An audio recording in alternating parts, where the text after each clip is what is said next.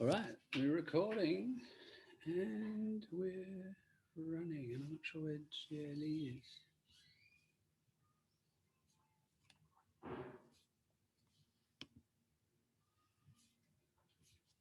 Yeah.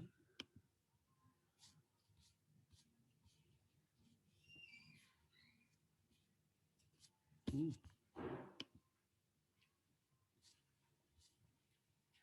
How does that happen? I click on Jelly has joined your meeting, and then she's not there.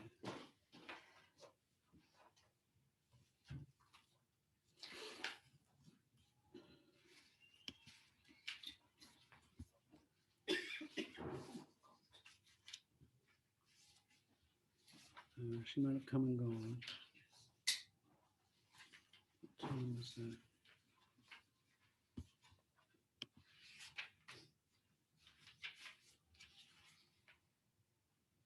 Oh yeah, 4:30. Okay. All right, we'll just wait for people to arrive.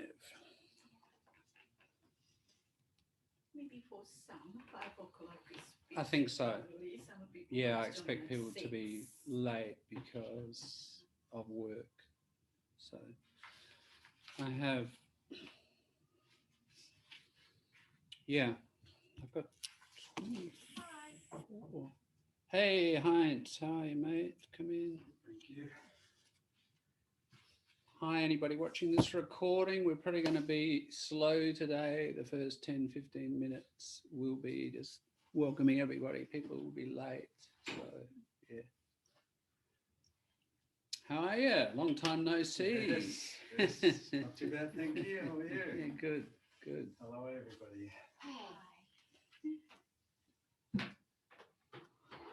Mm, A few more people coming. yeah, quite a few, but I think they'll drift in, dribble in. Jiggling, yes.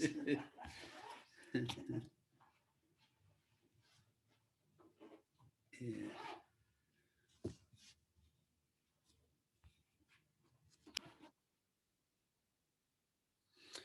Okay, first thing, I'm recording these sessions, so just to let people know that. I'm not going to send it off to any foreign government unless they pay me quite a lot of money. All right? The reason I'm recording it, is that we're going to start an email list because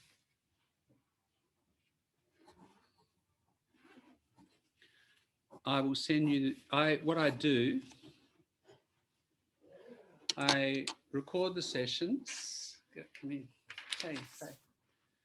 Record the sessions and then load them up, upload them to YouTube, and then you can watch them again if you want. Or some people have to leave early, or as you can see, not everyone's here on time, so they miss the first half an hour, or the hour, or they can't come one day. Okay, whatever, for whatever reason. Or there's a bit they want to review. Yeah, all those reasons. We record the session. Okay, so I'm just letting you know we're recording, so I hope that doesn't put the mute on you. So what I'll do is I'll make an email group with the names that we get here, and every week, unless you indicate otherwise, you're no longer interested in the group, I will send you the YouTube of the Zoom recording. That's how it works. Okay. So we'll pass that around. And welcome to the class. My name is John. A little bit of background about me, and I know some of you, and you know me, but other people don't. So I'll do this now. We may need to do some of this again tonight because it's the first night of a new setup. So I might have to, once everyone's here, just say some of the basics again. So tonight might be a little bit different from usual, a little bit slower, but we need to get everybody understanding a bit of background, some of the basics, just a few housekeeping things for non-Zoomers. That means real people. The real people are the ones in the room, all right? Okay. I know you Zoomers, you're just fake people, right? Not really there. How are you, Danny? All right. For the people face to face, look, a few things. COVID check-in. We live in the time of the plague. So coming in here, you need to check in, please. Just make sure we all do that. Otherwise, I mean, that's obviously to keep us safe, because we know truckies went through Port Augusta, don't we, in the last few days. And some people checked in and some people didn't. And those people who didn't don't know they're in danger, don't know their families are in danger, all that kind of thing. So that's one reason. That's the main reason. Second reason is you can cop, slang, you can receive a big fine of $1,000. Hey, Jin, how are you? All right, so Zara, g'day, come in, grab a seat. Thank you. Now, we're filling up, so first point is people in the room, COVID check-in. Number 2, masks. If you do feel a bit COVID fragile, I understand. Hey? I mean, the background. Yeah, don't know. If you do feel a bit COVID fragile, then you might like to wear a mask. I'm cool with that. The rules are, apparently, that if we're in discussion, if you're in a class that requires discussion, you don't need the mask. And we are a discussion group. That's primarily what we are. The main thing we're doing is discussing. I prefer to call these sessions rather than classes, because sure, I'm going to do some of the talking, but I hope to facilitate more than totally, dominate. And same with Zoomers. Zoomers, we're going to do a lot of talking. I'll set up some rooms and you can get into those rooms, and we'll set up like 3 or 4 people per room. Okay. And so both face-to-face people and Zoomers will have tables. A lot of the time, talk in small groups, talk in the full class. We'll move back and forth in different scenarios, okay? So that's that one. If you do start to feel like, seriously concerned about the COVID, and I understand that, that's no problem, then you can always Zoom, until problems disappear, risks go. The risk will probably only get worse, unfortunately, isn't it? Like looking at the pattern around the country, but it might, South Australia's not doing too badly. And in a week, we might find there's no risk here again. But, so as the risk comes and goes, you can come to the class or move out, and we might find that we have to shut down, of course, right? So that's going to be fluid.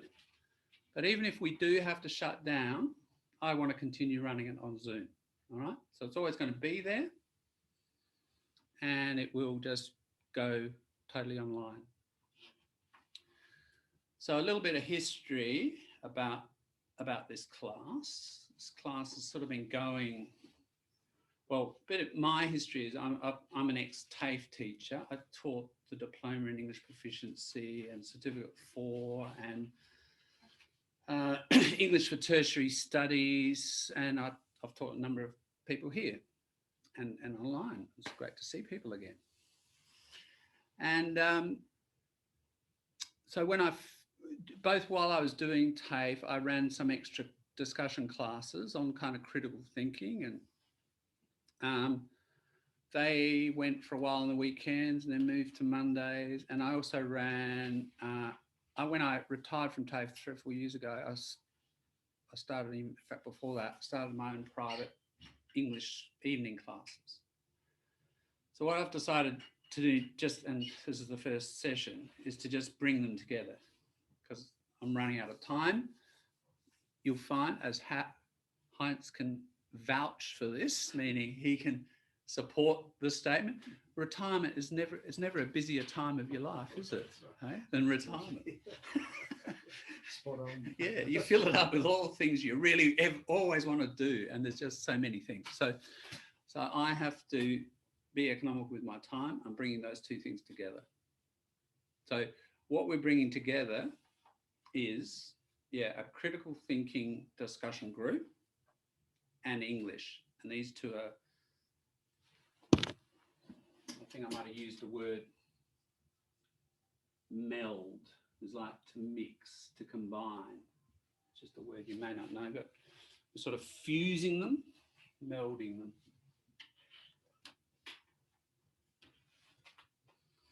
I said just then, Heinz, this might be a new word, vouch for that.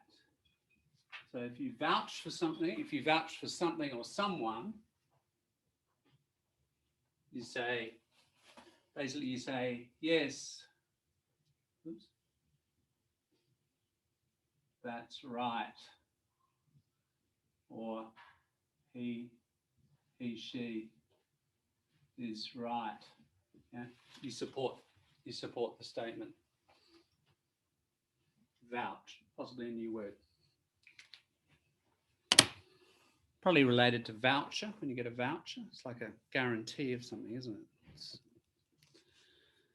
So we will, basically the form and style of this will be mainly critical thinking, but we're going to digress, right? Go off onto the side, talk about language a bit to clarify things, or if I think, oh, there's a language point from my 40 years of language teaching, that's something people often struggle with, or there's a concept here that can help your academic thinking, writing, speaking. We'll just go explore, come back, right? Explore, come back. So sometimes that'll be into language. What I want to look at are really three main things. So just moving over to the purpose and aims of the group. Critical thinking, culture. Those two are absolutely combined. By culture, I'm going to broadly call it Western. Some people here are from a Western culture. And so the Western sort of intellectual, historical tradition, because some people aren't from that and it's worth exploring it.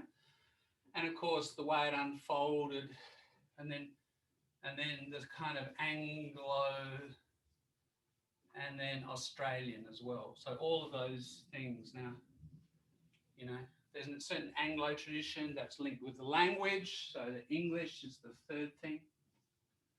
But to really understand English really well, it's like any language, to get to that native level, obviously culture has a huge role to play. Creating idioms, metaphors, contexts,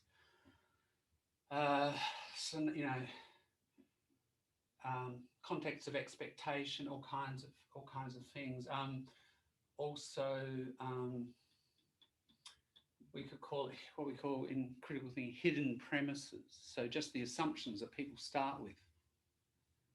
That's perhaps our first obviously critical thinking idea. A lot of these will recycle, right?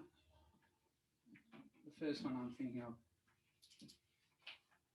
a hidden premise. A premise is an assumption, something you start with. And sometimes we're not even aware of those things in our culture, Your culture, my culture, some of those things we're aware of, but there's another layer, isn't there, where we're not sometimes. And we start talking and we like that. Yeah?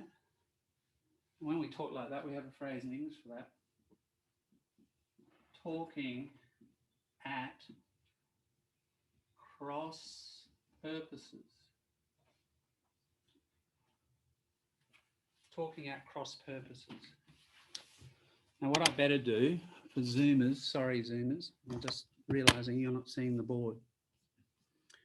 So what I need to do is do what I was doing last time in English class, and that is instead of writing on the board, I'll write. Sorry, John. Hi, how are you?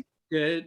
Good. I just want to ask you because I missed out on the talking at cross purpose. What does it mean? Yeah. Thank you. I'll just thank you. I'll just write up my three things first of all for Zoomers too. Now I need to share. Sorry, and I got to do two things at once here. Zooming plus. Okay. So our goals in this class, just very quickly, culture and the stuff I just described. Okay. Actually, I'll put number one. I'll put critical thinking. Hello, come in. Critical thinking, and today we're going to explore what that means. And we'll keep exploring. There's no one answer. It'll go on for forever. We never stop. But those three things, 1, 2, 3, are, I think, the main goals. And they're all intermixed. Obviously, they'll blend. Now, what I was talking about there was that with culture, often we have what we call hidden premises. A hidden premise or hidden premises. And these are assumptions. Now, they're often unconscious. That's why they're hidden. We don't realize they're there. Somebody could deliberately hide them, but often we're just not aware of them. Okay, and you're speaking from your culture, and I'm talking from my culture, and here's where this phrase comes in. We say we are talking at cross purposes. So metaphorically, it's sort of like that. Yeah, one person's talking like that, and the other person's talking like that, and we can see it forms a cross. That's the metaphor. But we can do that within our own culture, can't we? Like you have someone in your culture and they start talking and you start talking, and right? We can misunderstand people in our own culture. It happens all the time. But it's emphasized and amplified sometimes when we're in different culture. The probability will be greater. So, Yes, this Sarah. misunderstanding is not about disagreement. It can be. It's a misunderstanding, yes. And it might cause disagreement because of the misunderstanding. But yeah. And when you sort out those premises, what you have to do is bring those hidden premises, as we say, bring them to light, an expression. Bring them to light, uncover them. And then we can say, oh, you were thinking that, and I was thinking this. Now we're clear, and we can clear up the misunderstanding, and we find we agree, or we find we disagree. Okay, but a lot of critical thinking is about this digging, and if we think of the metaphor of it's like it's under the earth, and the other expression is we unearth them. Yeah, it's like a dog digging up a bone, and up come the assumptions, and then we're clear. This is what we have to do. Critical thinking is about another verb that's useful: explicate. Explicate. X out. Plic, fold. Explicate, fold out. It's like unfold. If you unfold all of your ideas, including your unconscious assumptions, and I do with mine, then we can have a much clearer dialogue, can't we? But a lot of the time we don't, and we write or we speak, and we're not aware we're covering stuff up. Sometimes we are, we deliberately do it. Yes, Zara. So it's a bit strange for my daughter that I raise my hand. She never Yeah. So it's like that when you're talking about. Yes. Can I just say one thing? Sorry, I should write another thing on the board for people in the room. Can we speak loudly so that Zoomers can hear? Yep. So it means that when we are trying to talk about the subject or what we use some specific word or phrases which can actually have different meanings behind them and explain them and tell them, for example, what do I mean if I use this specific word? Sometimes that's a good way of proceeding. It could be a mix-up because of language. It could be that. It could be due to that. It could be caused by other things. But that's one. And therefore, we've got to be mindful of our language and that we're not using a word that somebody else is misinterpreting and the assumptions are different. Yeah, sure. Good to be explicit and clear about that kind of thing. Yeah. I'll just need to check Zoomers. I just want to check if anybody else is.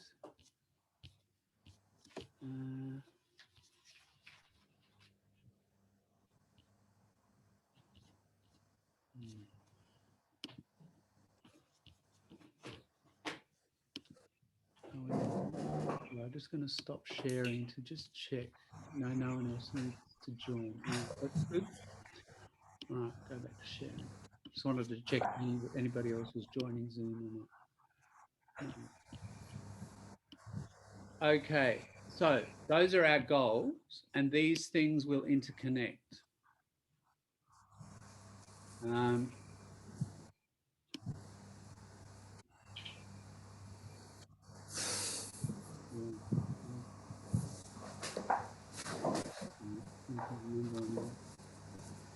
Yeah. Now, you can see, for example, if we're going to get into critical thinking and analysis, probably our language is going to have to raise, isn't it, and get kind of quite complex. If we're thinking in a complex way, the language is going to have to go there as well. So that can be difficult, but regular practice, every Monday, 5 to 8, right? It will build those muscles, right? Those language muscles, like going to the gym at least once a week. You probably have to go more often. But yeah, you'll develop the ability to talk at that sort of level. So another goal, I guess, of Inherent, it's related to the English, it's related to all of them, is that coming here might just provide you with a space where we talk about things in a way, about topics and the way we talk about them, in a way you may not be talking about them very much outside of this class. Like if you sit down and talk about a lot of social issues quite regularly with people because you like that sort of stuff, or philosophy or history, you know, this is the sort of stuff we're going to cover in here, then great, you know, it'll be similar. And I hope you are getting that kind of practice, but people often aren't getting a lot of that. And some people aren't getting as much as they want. So, you know, that's what in here is about. And it's that talking around those sorts of topics. So it's semi-academic, can we say, you know, it's not total specialist academic, but it's on the way there. So it's going to give you good practice if you're thinking of studying further. It's going to give you good practice. Now, can I just say why critical thinking? In relation to that, can I just jump down to something somebody sent me today? I do a bit of paid editing work, and somebody had an assignment. This is a local assignment from a local university, okay? Turns out they're doing social work. This is a rubric, like a table, which says the criteria. So for a high distinction, what you need: distinction, credit, pass, fail. Right. Now, let's have a look at a little bit of terminology. Now, the question is not outlined there. It's about Aboriginal people and the history and why they might be somewhat resistant to, you know, social workers, why they may not trust. Okay, so have a look. To get a high distinction, sophisticated ability to analyze and critique. Now, critique is your verb of critic, isn't it? Critical thinking is your adjective. So critiquing, that's what critical thinking means. Through lenses informed by relevant social work theory and practice. So lenses, the metaphor is through different spectacles. Now notice it's not one lens, it's lenses. And we're going to talk about this because one technique of critical thinking is to put on different glasses, you know. what does how would a conservative look at that glass of water? You know, if that's a social issue. How does a conservative right-wing person look at that? The way they always Green. look at it. In a Right. different way. Yeah, without glasses or blind. Okay, how does the opposite? How does a far left person look at it? How does a social democrat? How does a feminist? How does an ecologist? How does an existentialist? You know, how whatever kind of what we call a school of thought, a way of thinking. Right? Sometimes people call it hats, the metaphor of hats, wearing different hats. Now, there's a poem, a famous poem, 13 Ways of Looking at a Blackbird. Now, every time we look at it, we see a different thing. And a critical thinker can move around and then decide how they want to see it, right? Or how they should see it. And it might be a mix, not just one way. But that's the point there. So, you know, for a high distinction, you've got to demonstrate. You can look at that problem. It's a complex problem, right? Over 200 years of non-Aboriginal and Aboriginal interaction, so complex, millions of words spoken and written about it. How are you going to look at that? How many different ways? Not one. Let's just move on. I guess we could say interacts analysis with wider evidence from a range of academic resources. Yeah, so a wide range of sources, not basing it on one or two. That's pretty important. Quality thinking, isn't it? Getting a wide range. And own critical application and synthesis. Look, the word critical appears, or critique appears twice, just in that. Now we can move on down the line. There's distinction, strong ability to analyze and critique. Okay. Then we see it further down. Other academic sources in critical application and synthesis, bringing things together. So notice analyze is to cut up, lyse, L-Y-S-E, to loosen, Greek, to loosen. So to break things apart. When you analyze something, it looks like one thing. The more you look at it, the more separate bits you see. All right, so you write your essay about the bits, but then in the conclusion, you bring it together. Sin together, thes, put. You synthesize, you put it all together. Right? Analysis and synthesis, that's the stuff of critical thinking. Okay, keep moving down. You know, original thinking, sure, analysis and critique, there it is again. And my point is, look, when we get down to pass and the lower levels, look, little critical thinking. Little doesn't mean it's that big. It means there wasn't very much of it. All right. And fail, less than satisfactory development of argument and or no critical thinking. So what's the main message there, guys? It's critical thinking is critical, isn't it? It runs right, you know, it's just about the main thing that marker is emphasizing.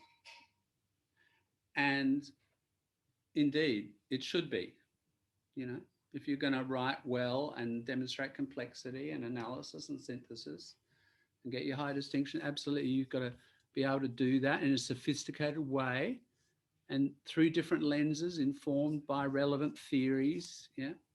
So critical thinking will get you high academic scores. So for no other reason than just purely mercenary means you just want money right here and now. Don't care about morals, theory, anything. You just want success. Then learning critical thinking is going to be really useful to you to get good marks. All right. Now, this does something. I'm going to introduce another key expression. We've got this hidden premises. This begs the question, ... And usually we say of, and often of why, blah, blah, blah, blah, blah. So underneath the idea. All right, so lots of you open up lots of these assessment charts at university, they'll say the same thing, right? This begs the question. So this is the phrase we use to look at the next level down. The next level down is, why do they want that? Right? We're traveling down, aren't we? What's the assumption that these people are coming from? Why do universities want critical thinking? What are universities for? Ultimately, they're to train people for jobs. What social system do we inhabit? Capitalism. They want to train people to think critically in the workplace. Why? Because they want lots of good problem solvers, don't they? And the more professional you get, the higher up the power structure of an organisation, and the higher up you go, the better decision-making quality they want. So if you want to rise in your workplace, not just get your high distinction in university, if you want to rise in your career, corporations and organisations are going to look for critical thinkers as well, and it's all over the place in resumes and so on and so forth. Candy. I had a critical thinking class back in my uni before, and then just I feel the difficulty is how deep and how wide you should think go through when you do the critical thinking. Like what is the restriction of the lenses? How much for that? Yeah, there's a huge range of ways of approaching critical thinking. It's like, if we said history, huge area, isn't it? If we said psychology, huge area. If we said law, right? Now, each teacher or course is going to look at one bit of that. It's really hard to cover all of it. I've got my own kind of lens, if you like, or lenses. But yeah, it's a rich and complex thing. And I think the key is that we never stop learning it. And once we're open to it, we keep working on it. And look, one thing I want to say is because of it's kind of never ending. One of my jobs is to not tell you how to think, because that's not critical thinking. Right? Independence of thinking, using resources. We're going to look at a range of resources that are available. Hi, Vasiliki. So what are key resources? What are quality resources? Perhaps we'll say high quality resources. What are high quality resources? We'll look at some of those, like, for example, in the Australian media and in the global media. What are higher quality resources? What are the really tricky ones and the more suspicious ones, and why? Not just because I think they are, but let's examine why. And the other thing, the overall the strategies that we learn, like, for example, we've learned a couple now already. Well, the hidden premise issue, one, always be looking for the hidden assumptions. And of course the language to express it. But learning about the resources, that's what I would like to direct you towards. Things particularly on the ABC, on SBS, I think good quality. There's a whole bunch of good journals out there on the internet and magazines that are kind of higher quality, that are deeper than others. And we'll look at the other end too, we're going to have to look at things in terms of left and right, absolutely, really fundamental. We're going to look at sources at both ends. And even if you're a committed lefty, it's really important to know what the right wing are thinking. And if you're a committed right winger, it's important to know how the left think. That's all essential. Okay.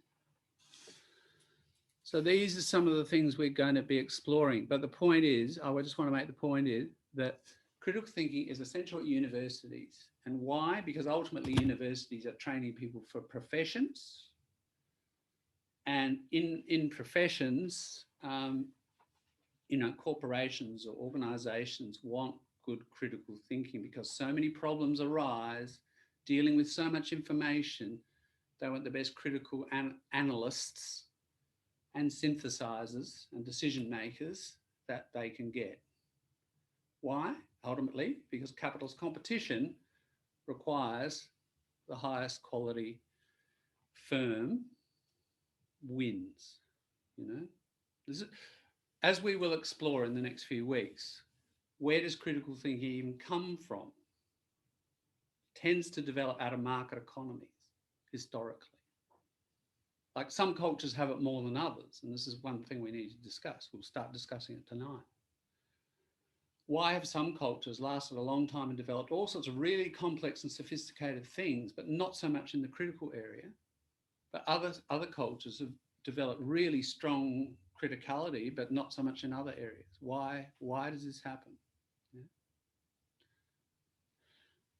Yeah. You know, we need to look at a lot of history. We're going to be looking at a lot of history.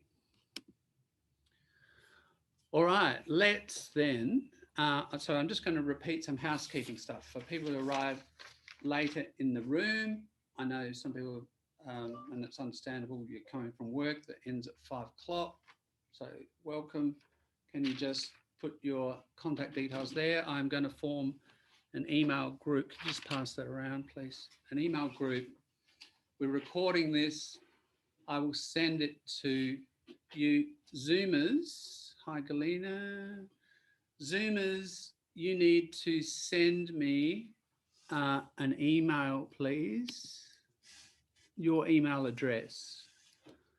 You can send it via Facebook Messenger or to I'll just give everyone my number. That's my mobile. You could message me, or this is my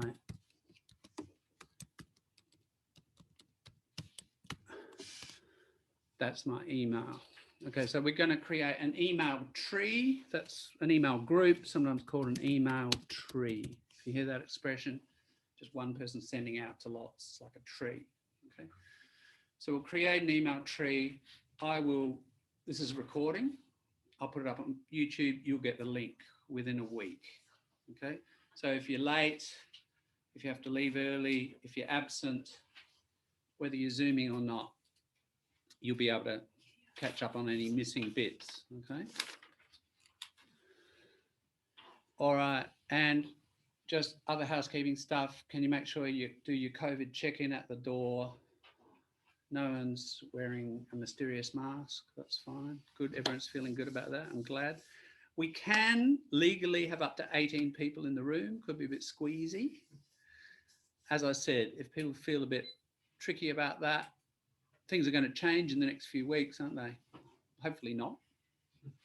But, you know, if they do and you want to move on to Zoom, that's fine.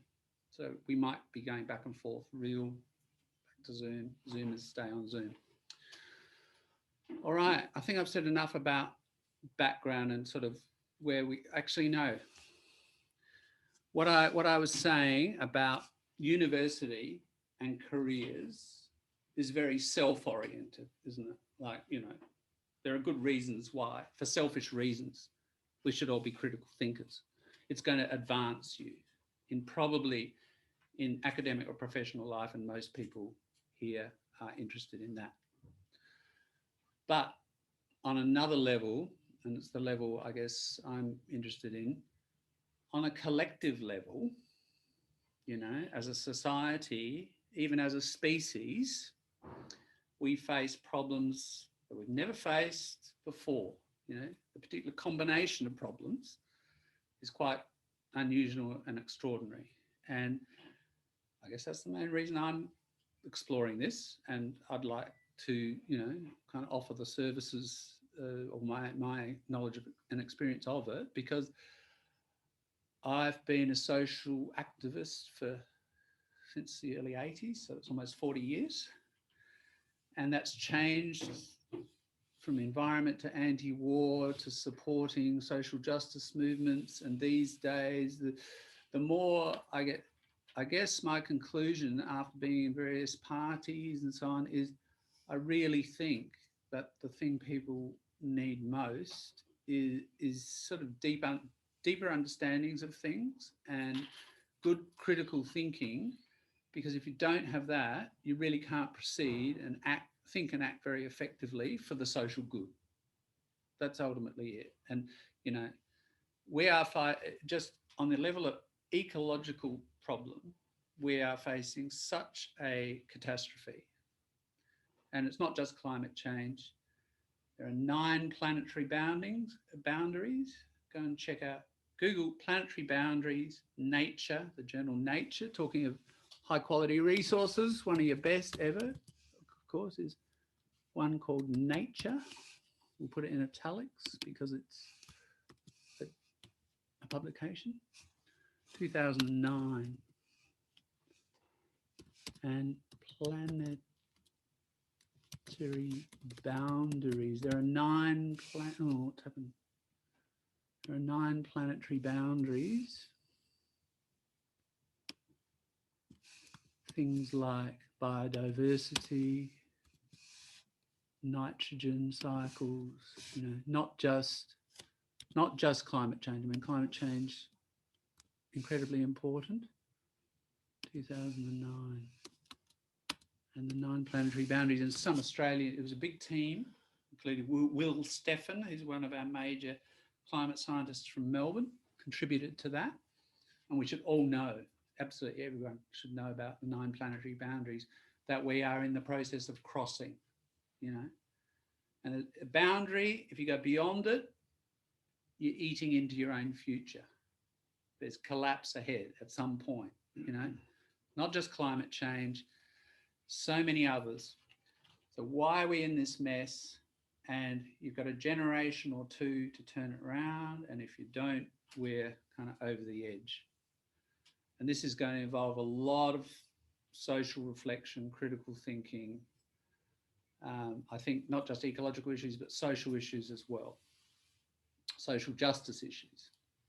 What's causing the injustice in the first place? What are the deeper causes of things? If you don't understand that as a doctor, you're not going to cure people, are you? You've got to get to the cause. And most of the discussion even turn on some good quality resources like the ABC, and you get a good level of information, but information isn't always analysis. You know, so we need good information. We also need good analysis. So we're going to look at that analysis process too. Try to combine good quality information with good quality analysis to answer some of those issues. So that's, I guess, taken a while, but the introduction is, 1, critical thinking is good for unis, it's good for your career, good for society, great for the planet, right? Good all round. Yeah, that's why we're here, for one or all of those reasons, depending on you. Let's move to our article, and it's that one, and I have sent that to the meetup group. I've sent the link to the meetup group. I'll just share that. Hang on. Right, thanks, Anna. Can you just, rather than put that in chat, could you just send it to possibly the emails, because it's just a bit more permanent, because if I'm too busy now, and if I close. Okay, I'm going to send an email. That'd be Okay, great. thank you. Thanks, yeah. What we're going to do is look at this article today on critical thinking. I thought it's a good introductory discussion about it. Have we all got access to that? Because I've put it on the Facebook group and I've put it on the meetup group. Actually, another housekeeping thing is you do need to join the Facebook group, which in a minute I will cut and paste the link and put it in chat. Is everyone in the room in the Facebook group? Everyone here in the room in the Facebook group? Okay. Yeah. All right. I'll send. Just remind me by the end of the session. Facebook group. That will be our main. Apart from the email where you get the video link, that will be our main means of communication, conversation, document posting, etc. So you do need to be in that. Okay, this article, and I'll just say a little bit about it and a bit about the author. I thought it was a good place to start because it's quite a personal look. Has anybody had a read of it yet? Anybody had a bit of a look? Cool, good. It doesn't matter because today we're going to start just reading it around, okay? We won't usually do this. I would like to move quickly. We'll put out articles and then assume people have read it, and we want to turn this into mainly a discussion group, okay? But for today, we're just going to start slowly and gently. It's a bit of a different sort of group today than usual. Another housekeeping thing, by the way, you've got my mobile number, so people face to face, if you get locked out downstairs, I've got my phone here, and ring my number and say, help, help, I'm locked out, right? Don't just scratch at the door. All right. Okay, Mary Heath. Mary Heath, Professor Mary Heath now, or been for a while, Professor in law at Flinders Uni. So that was one of the reasons I chose it. She's local. So she's writing about critical thinking as an Australian, growing up in Australia. So I thought there'd be some cultural issues, or you can see, someone's describing their life here. I thought there's a point about the localism. She's an interesting person. Activism, notice she puts activism first. Music and craft forms some of the other key engagements in her life, and there's her contact details. Now we know music and craft. What's activism? How is that different from activity? What's activism? If someone says, oh, I'm an activist. It means taking part. Yeah, taking part in what sort of thing, Heinz? Demonstrations. Yeah, it could be. Yeah. Just researching specific problems or questions that have come up. Yeah, social problems, Social so usually problems, aren't they, or environmental? Yeah, yeah. Or facility? This is I wanted to talk about the environment. Yeah, They support all whatever is positive for the environment and the nature. yep. You're campaigning in some way, aren't you, for either change or sometimes to preserve things. Activists can try to stop a forest getting cut down or stop a building heritage building being knocked down. So you can try to preserve or try to change things, but you're engaged in society in some way. And she puts it number one because I know her. She's an acquaintance. And she's been active, like in the 80s, she was in the anti-apartheid movement against the whole South African, apartheid, the division of whites and blacks, the unfair society there. And recently, she's been in Extinction Rebellion. Now, who knows Extinction Rebellion? Anybody heard of Extinction Rebellion? Anyone? Anyone on Zoom? Zoomers? Please, Zoomers, chip in. Chip in means contribute anytime you like. Unmute yourself and shout out to the rooftops. All right? Let's write it. Extinction Rebellion. You'll get the most out of these sessions if the little references I make, especially cultural references, you go away and tonight we finish at 8 o'clock. You don't go to bed till 11, do you, boys and girls? So you've got a couple of hours of Googling you can do, straight away. Go and check out some of the link, or some of them, not links, but names. Extinction Rebellion. Well, what do you think it might be? Guesses? What's it concerned with? Is it concerned with Aboriginal stuff? Or yeah, Tara. Environment, absolutely. If planet going to die and the planet will get back to you, get the revenge back to the human. All right, that's interesting with the rebellion bit. Yeah, I think yeah. they're kind of trying to protest Yes. To force them to take some actions. Correct. That's right. So, Candy, you're on the right track. You're both on the right track there. We're heading towards extinction for some of the reasons I mentioned, and look up the 9 planetary boundaries. You'll see why. We don't necessarily have to go there. Hopefully, if we all get active, we won't. But Sorry. that's all right. Come in, grab a seat.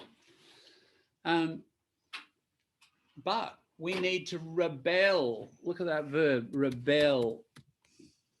Rebellion is the noun. Rebel, go against authority. Rebel, second syllable stress. Rebellion, the noun. A rebellion is sort of like a revolution, but smaller. Usually in a small local group. Yeah. So Extinction Rebellion, and they've got their logo looks like this sort of thing.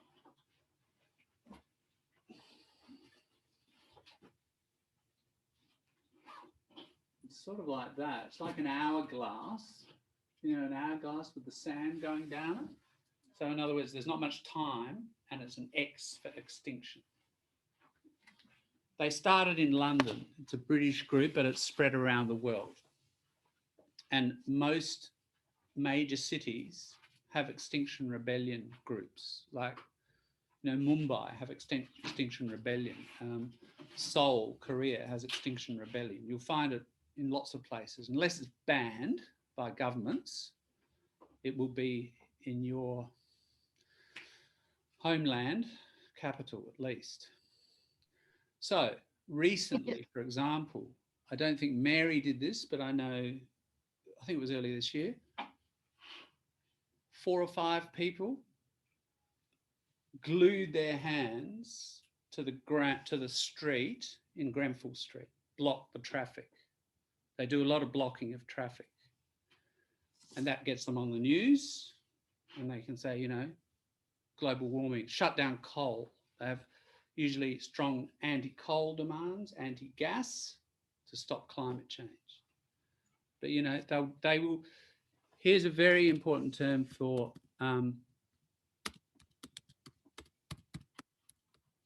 critical thinking and social critical thinking. So from the basic word obey, we get disobey, then we get obedience, then we get disobedience, right? Just building up to the phrase. Then we get civil disobedience, which means like social, like as a citizen, civil, I disobey. Civil disobedience means you break the law, you break the law, you know it's illegal, and you are ready for the penalty, but you'll do it because you think it's very important. You think it's morally right that I glue my hands, to the ground to stop the traffic so that this issue gets on the media. Or famously, women in the beginning of the 20th century chained themselves to Parliament, British Parliament House, right? So the cops couldn't take them away. Emily Pankhurst and the suffragettes. The suffragettes,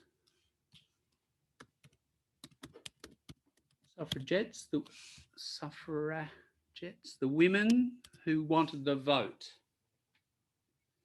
So they broke the law, they got thrown in jail, they got treated really badly, but they thought this is the only way we're going to get the vote. So you can think, I'm sure, of lots of people who have purposely broken laws for what we call, and a collocation, a just cause. So a cause that people believe is morally correct. It is just. So from justice. So, yeah. So Extinction Rebellion are in that long tradition in history. There are lots of different movements, but now there are some emerging around the climate question and environment. Now, Mary is a leader of Extinction Rebellion. So, point is, the reason I wanted to spend a bit of time on that is this person is writing on critical thinking, but they're not just writing about it as a professor sitting in their ivory tower.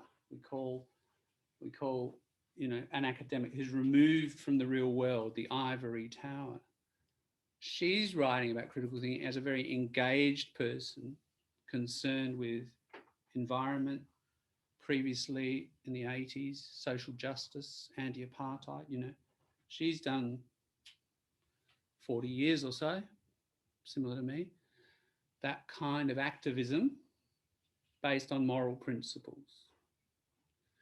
So that's, you know, where this article comes from. That's the place it's coming out of. So it's not a disengaged theoretical critical thinking, it's engaged. I think that's important to say. You'll see it's very personal too. It's combining personal, emotional stuff with intellectual. And I think that's a good place to start. So have we all managed to get that up in front of us, this document? As I said, it's on the Meetup group or it's on the Facebook page. And if we have, why don't we, what I'd like today, we'll just start reading it around, and at certain points we'll stop and form some small groups and talk about what we've read, okay? So, Keiko, could you kick off with this paper begins? This paper begins by defining critical thinking and setting out a personal history of the author's journey towards becoming a critical thinker. It considers... I cannot hear. Okay. The sound is so low. Right, sound is low. Okay, so we need to sing out loud, everybody. Okay, loud. Okay. Yeah, thanks, Keiko. This paper begins by defining critical thinking and setting out a personal history of the author's journey toward becoming a critical thinker. It considers two common barriers to critical thinking: cultural disapproval of critique and confusing critical thinking with criticism. In response, it argues that rigorous thinking offers benefits and not only risks to cultures as well as individuals. It considers where cultural resources supportive of critique might be found. Further, it argues that critical analysis should be understood and undertaken as a process of collaborative support for rigorous thinking rather than as a form of hostile criticism. Some dimensions of critical thinking are outlined together with questions which might allow readers to apply them to specific contexts. The paper closes with some reflections on the process of writing, in which some of these dimensions of critical thinking are applied to paper itself. Okay, now, so usually at the beginning of a journal, you know, an article, I guess she's published this, where is it? dulwichcentre.com.au. I'm just looking at the source. It's a journal of some sort. That's what we call the abstract, isn't it? The beginning of a journal, 100 to 120 words. We usually have an abstract, the main aims. Let's spend a little bit of time, not too long, at your tables, and Zoomers in your groups. Zoomers, I'm just going to make a couple. How many Zoomers have we got?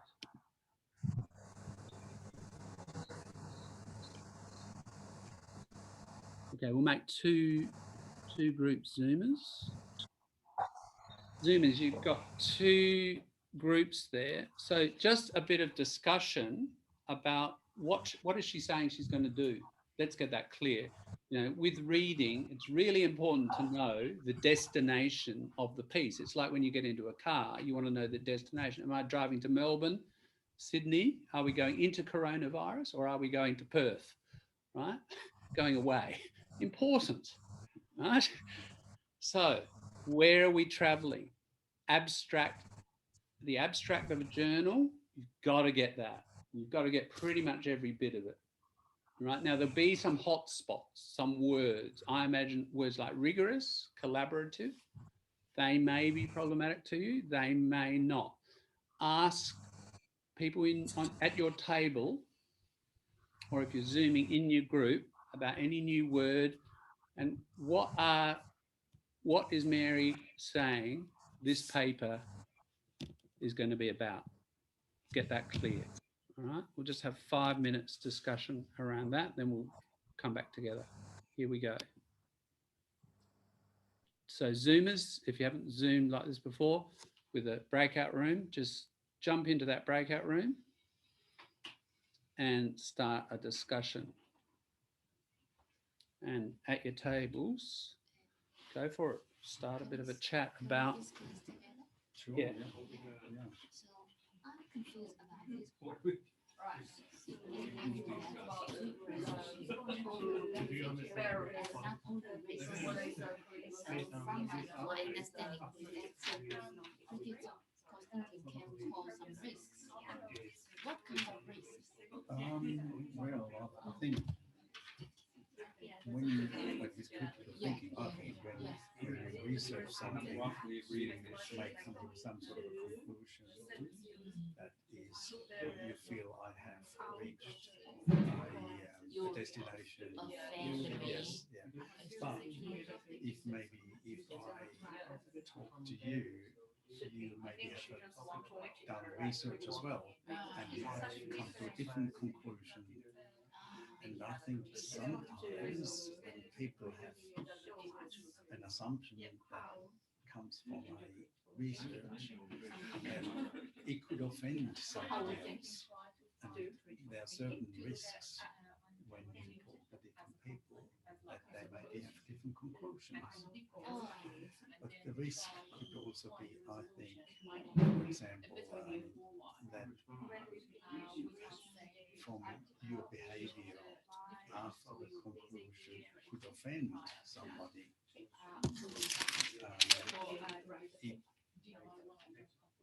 Also, like when you do research and come to a conclusion with a result, then that result may need to be funded by money, and maybe the money is not there, type of thing. So there's certain risks, I think, always involved with critical thinking. But in this case, like she's obviously very much involved in history and cultural thinking.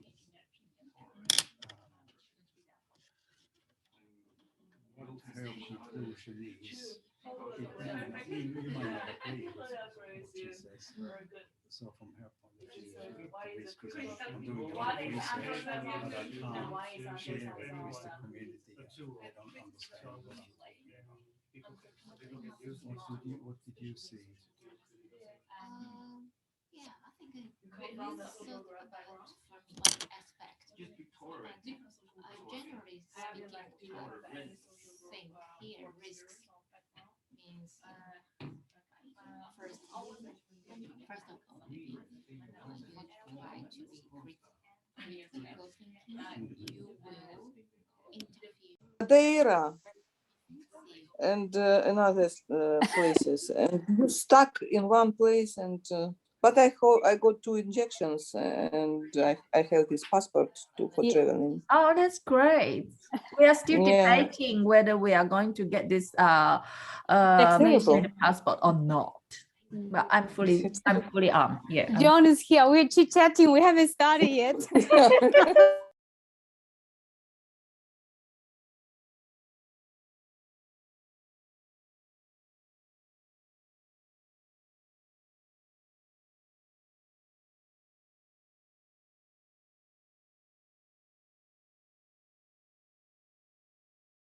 Already read the article.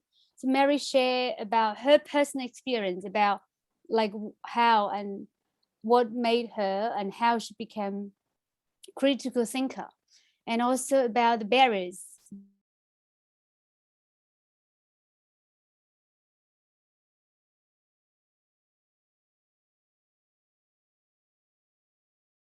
Because of the, yeah, Yes. maybe because the connection, you know. Yes. Okay, John's talking, but I can't hear you. I'm just sorry, I'm on mute. Are you guys having, heard you mention the connection was a problem? Are you having a technical problem? Yeah, it's kind of a problem with like the sound's cracking, so I can't really hear that clearly. Right. Ah, But it's now okay, right? When you're talking, it's okay. is it? It's okay. But yeah. But in the Yeah. breakout room, it's not so good? It's not so good. I can see the screen actually. Uh-huh. Yeah, but the sound is not clear, so I don't really understand. Okay, I don't know. Yeah, there's been a couple of times it's said here tonight your internet connection is unstable, and I'm not sure that's not that common. I'll just play around with the modem a bit and see. All right? But it's okay now. Yeah. So Yeah, it comes and goes. Yeah, look, I'll just. yeah, sometimes it's like off, sometimes on like Sorry that. about So that. I'll see what I can do. All right, keep going, and I'll okay. come back to the main group in a few minutes.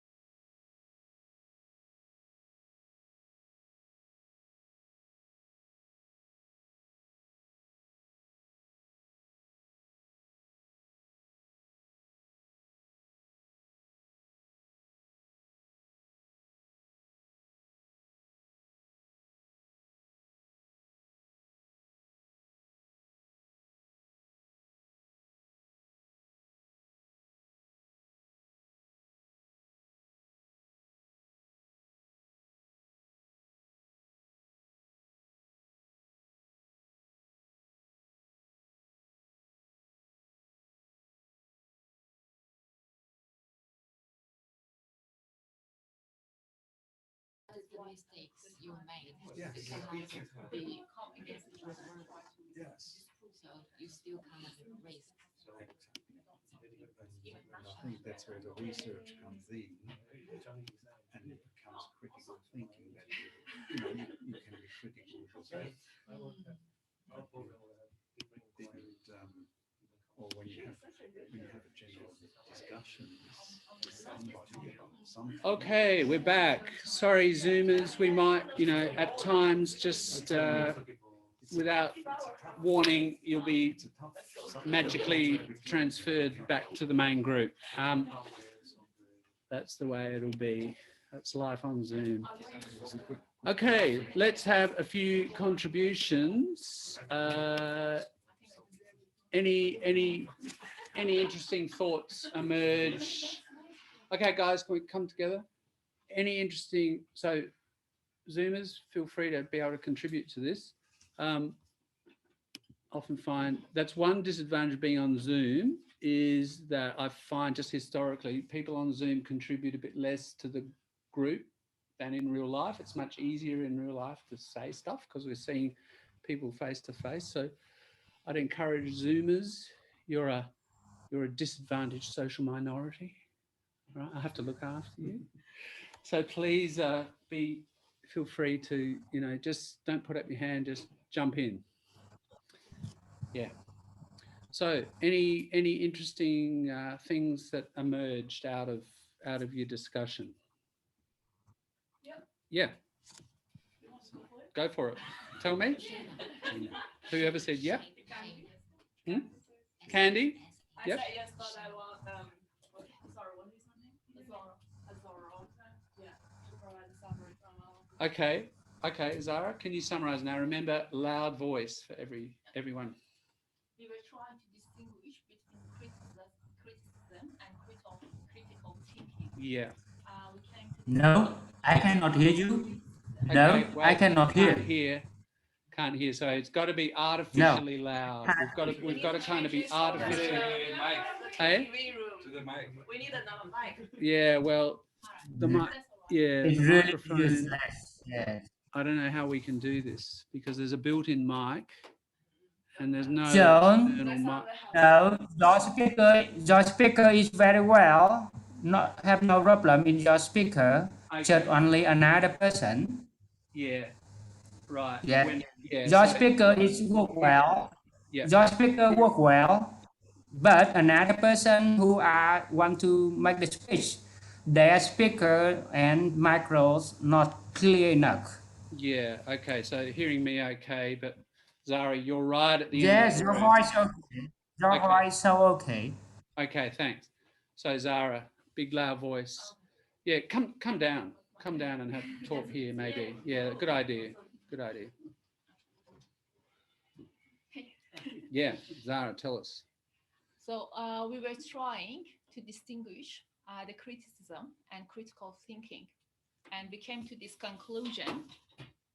Criticism is more subjective to your previous memories, experiences, and life.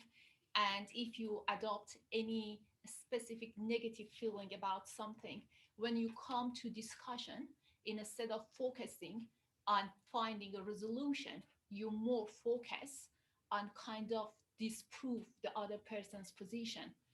And that's when the discussion and dialogue usually actually fall apart. And instead of going forward, you are just going against each other. But critical thinking is more objective. You don't think about, you try at least your best to depart from your previous negative experiences and look at the facts in the hand, and not just going against the other party's position, but look at it with open mind and try to bring all the good things together to go forward. Yeah, that's nice way of putting it actually. Yeah. And I think that word, one thing that reminded me of in the text, they've got collaborative, isn't it? Co-labor, so working together. Really what you're describing, that method, is a collaborative. That's how you get collaboration. Collaborative? Yeah. Collaborative. Thank you. Yeah, cool. No, that's a nice summary of that. Thank you. Also, Good. Yeah. And I like the notion that your group was talking about the disconnecting the subjective and the objective. And a word I perhaps can throw in here. I'll just get the text up and share it. Sorry, just close those.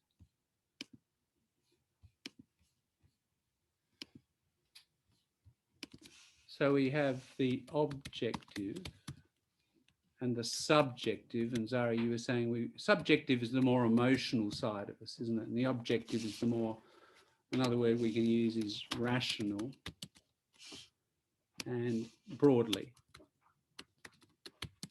emotional. So trying to be a little less emotional and disconnect from what we call emotional investment. And the word that I think captures it best, dispassionate. Now, passion means, passion is emotion. Right? When we're passionate about something, we feel it really strongly, either love, hate, whatever.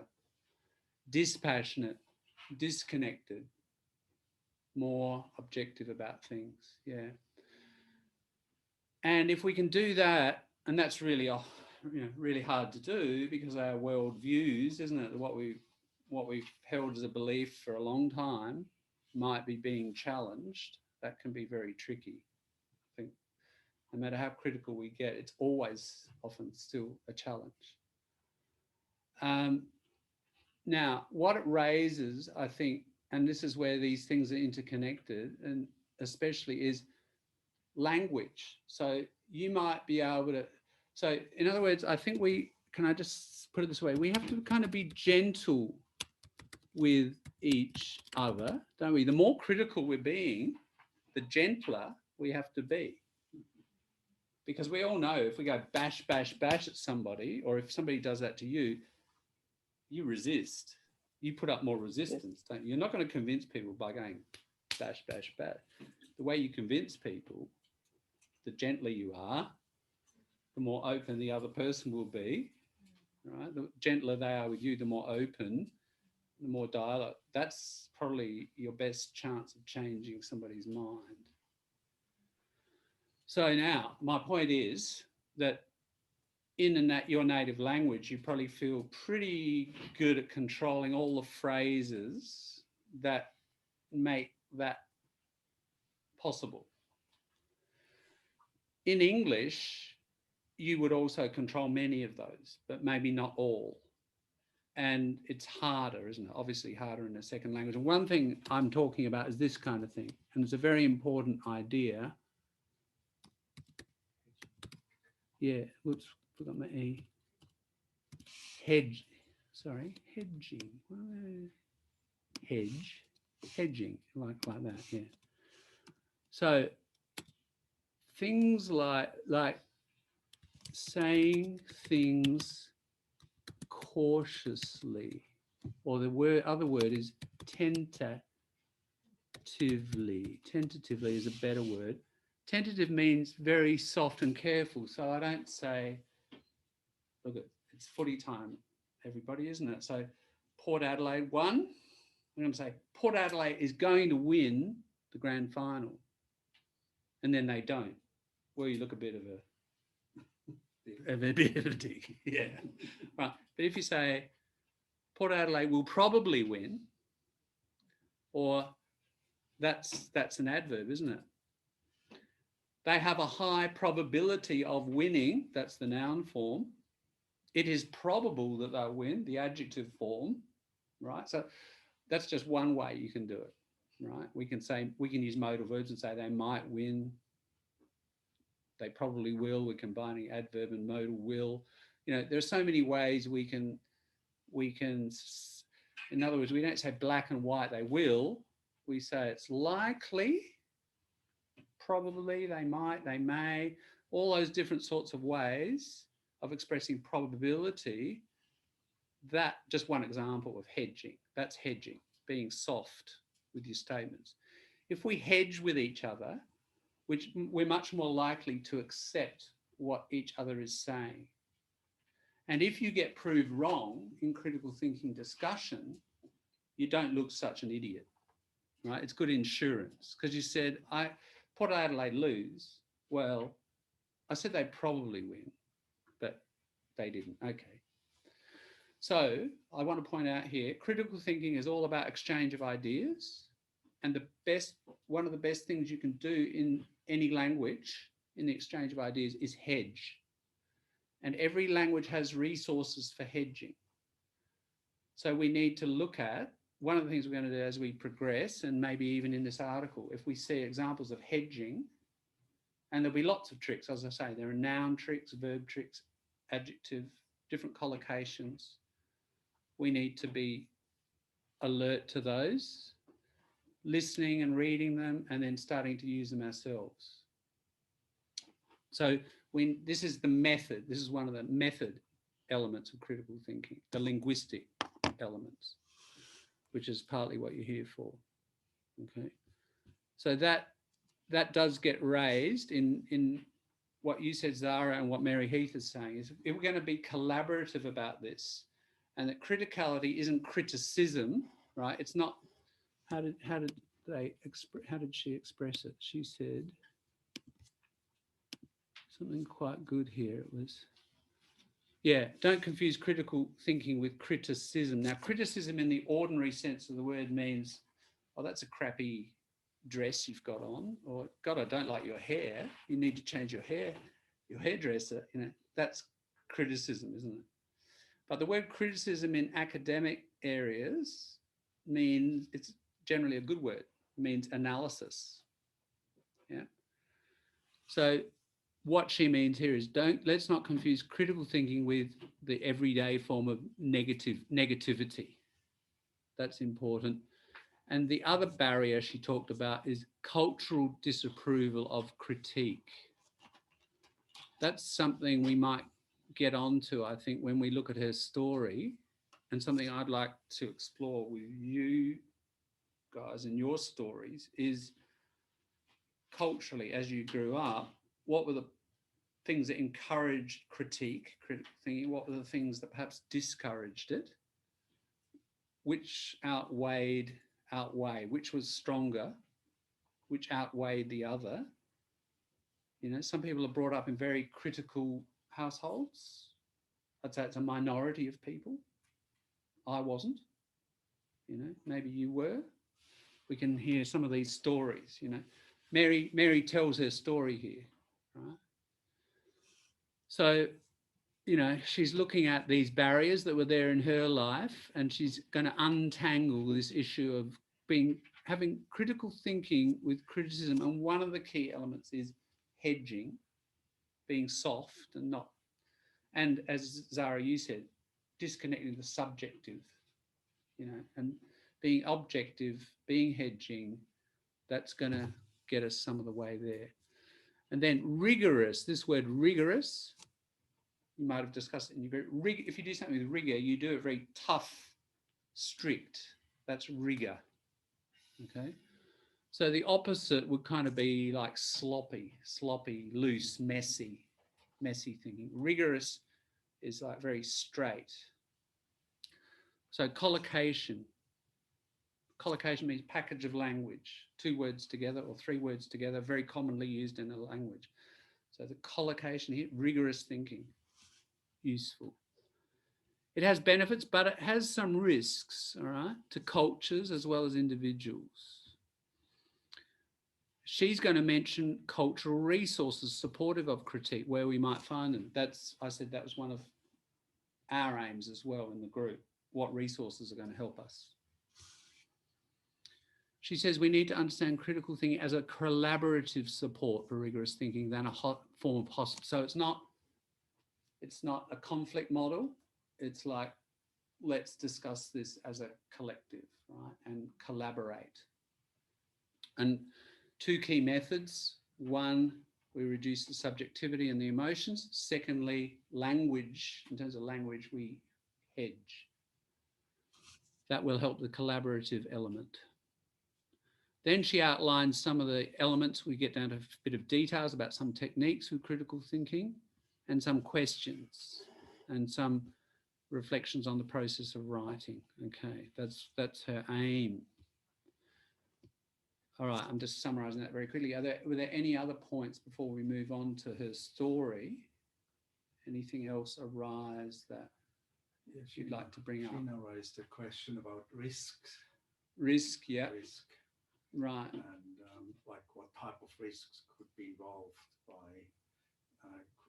researching critical thinking and come to a conclusion. Yeah. What risks could there be involved? Good question. What kind of risks? What did you decide were some of the risks? The question is, the question was asked, what are some of the risks? It does mention there, doesn't it? The risks to cultures as well as individuals of critical thinking. What are some of those risks? Well, I find, for example, one risk that could be from a common assumption. By doing research, I could expose myself to being wrong. Exactly. Yeah. Yep. We expose ourselves to being wrong. That feels unpleasant, doesn't it? And wrong in the eyes of others, even worse. Yeah. Privately and secretly wrong, bad. Publicly wrong, terrible. Right? So absolutely, those are risks. Yeah. Argue with someone. Mm-hmm. It's True. The actual process of argument, you can risk, we say in English, falling out with someone. Falling out with, it's a phrasal verb. So you fall out with someone. I won't write that up because I haven't got time. But yeah, so meaning like you're not friends anymore. You fall out with them. Right? You've got two prepositions there. Fall out with someone. So sure, yeah, there is that risk, isn't it? You have to tread very carefully. And that's why I think over the weeks and months, what I'd like to really reinforce a lot is how do we tiptoe, walk on our tippy toes softly. How do we criticize and keep it amiable, friendly, collaborative? Ami, friend, isn't it? Amiable. Ami, and then just A-B-L-E on the end for an adjective. Amiable. So how do we keep it friendly? That's pretty important. That we don't risk friendships. And that we say in English, you might have a similar saying, we agree to disagree. Yes. That's pretty important, isn't it? That we agree that it's okay if we disagree. But we can still have coffee and go to the cinema and do all kinds of stuff together. Especially when different people could come to a different conclusion. Yeah. And, researching slightly in a different way, but about the same subject. Yeah, that's right. You're going to end up disagreeing, but you accept that. Zara and then Jack. There is something much more important than Remember that. loud, Zara. There is one very serious risk that usually comes with kind of criticism, like critical thinking. And it's that when you have the facts and everything, and you try to focus on them and convince people that your conclusion is a good conclusion based off the facts, if it goes against some people in some specific groups or minorities or some different backgrounds or like some kind of cultures in the society, for example, people who doesn't have high education, for example, there are always groups in the society, they just waiting for such a reason to attack another group and cause a chaos and cause other people suffer.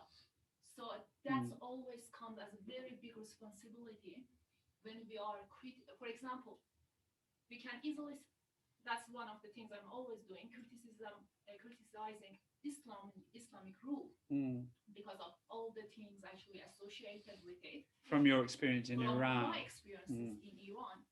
But I was in a group, in a Facebook, and then people started to talk, none of them, even one, spoke anything of with reason. They were just attacking and using very, very offensive words against other people in another minority group or religion. So it's very important if we want to provide those facts or those information and discuss it with whom we discuss this information and facts. Do we cause them to go outside and think, because of what we had today, I hate this person and I'm gonna just punch him in the face. So we always have to bear in mind that aspect of the matter as well. So, yes. So Zara, what you're talking about now is that broader element. I think it's mentioned there, isn't it? Risks, not just to individuals. We're talking about like losing a friend, etc. That's on an individual level. Now we've moved up to that cultural level where different groups may get really hostile, different classes, different cultures. So on that social level, we can have really serious conflict emerge, possibly. Yeah. So that can be a big problem. Jack, that's a big risk. Jack, your point? Maybe one key word we should add is tolerance, Yeah. because some ideas, some thinkings are embedded. So I found it is interesting. I mean, why people have different ideas, thinkings. The reasons behind is like more history. Because they think. It's like more history and cultural stuff. It's true. A lot of it's due to culture, Yeah. isn't it? And where you come from and your background, you know, and this is something we're going to have a break in a minute, and then we'll get down to the article proper and look at her history and how in her environment there were certain cultural values. We'll see what happened to her, but I mean, she ended up rejecting some of those, but most people don't. Most people tend to reproduce the values they got brought up with. That's how culture works, isn't it? That's why cultures are thousands of years old. They get preserved down the generations.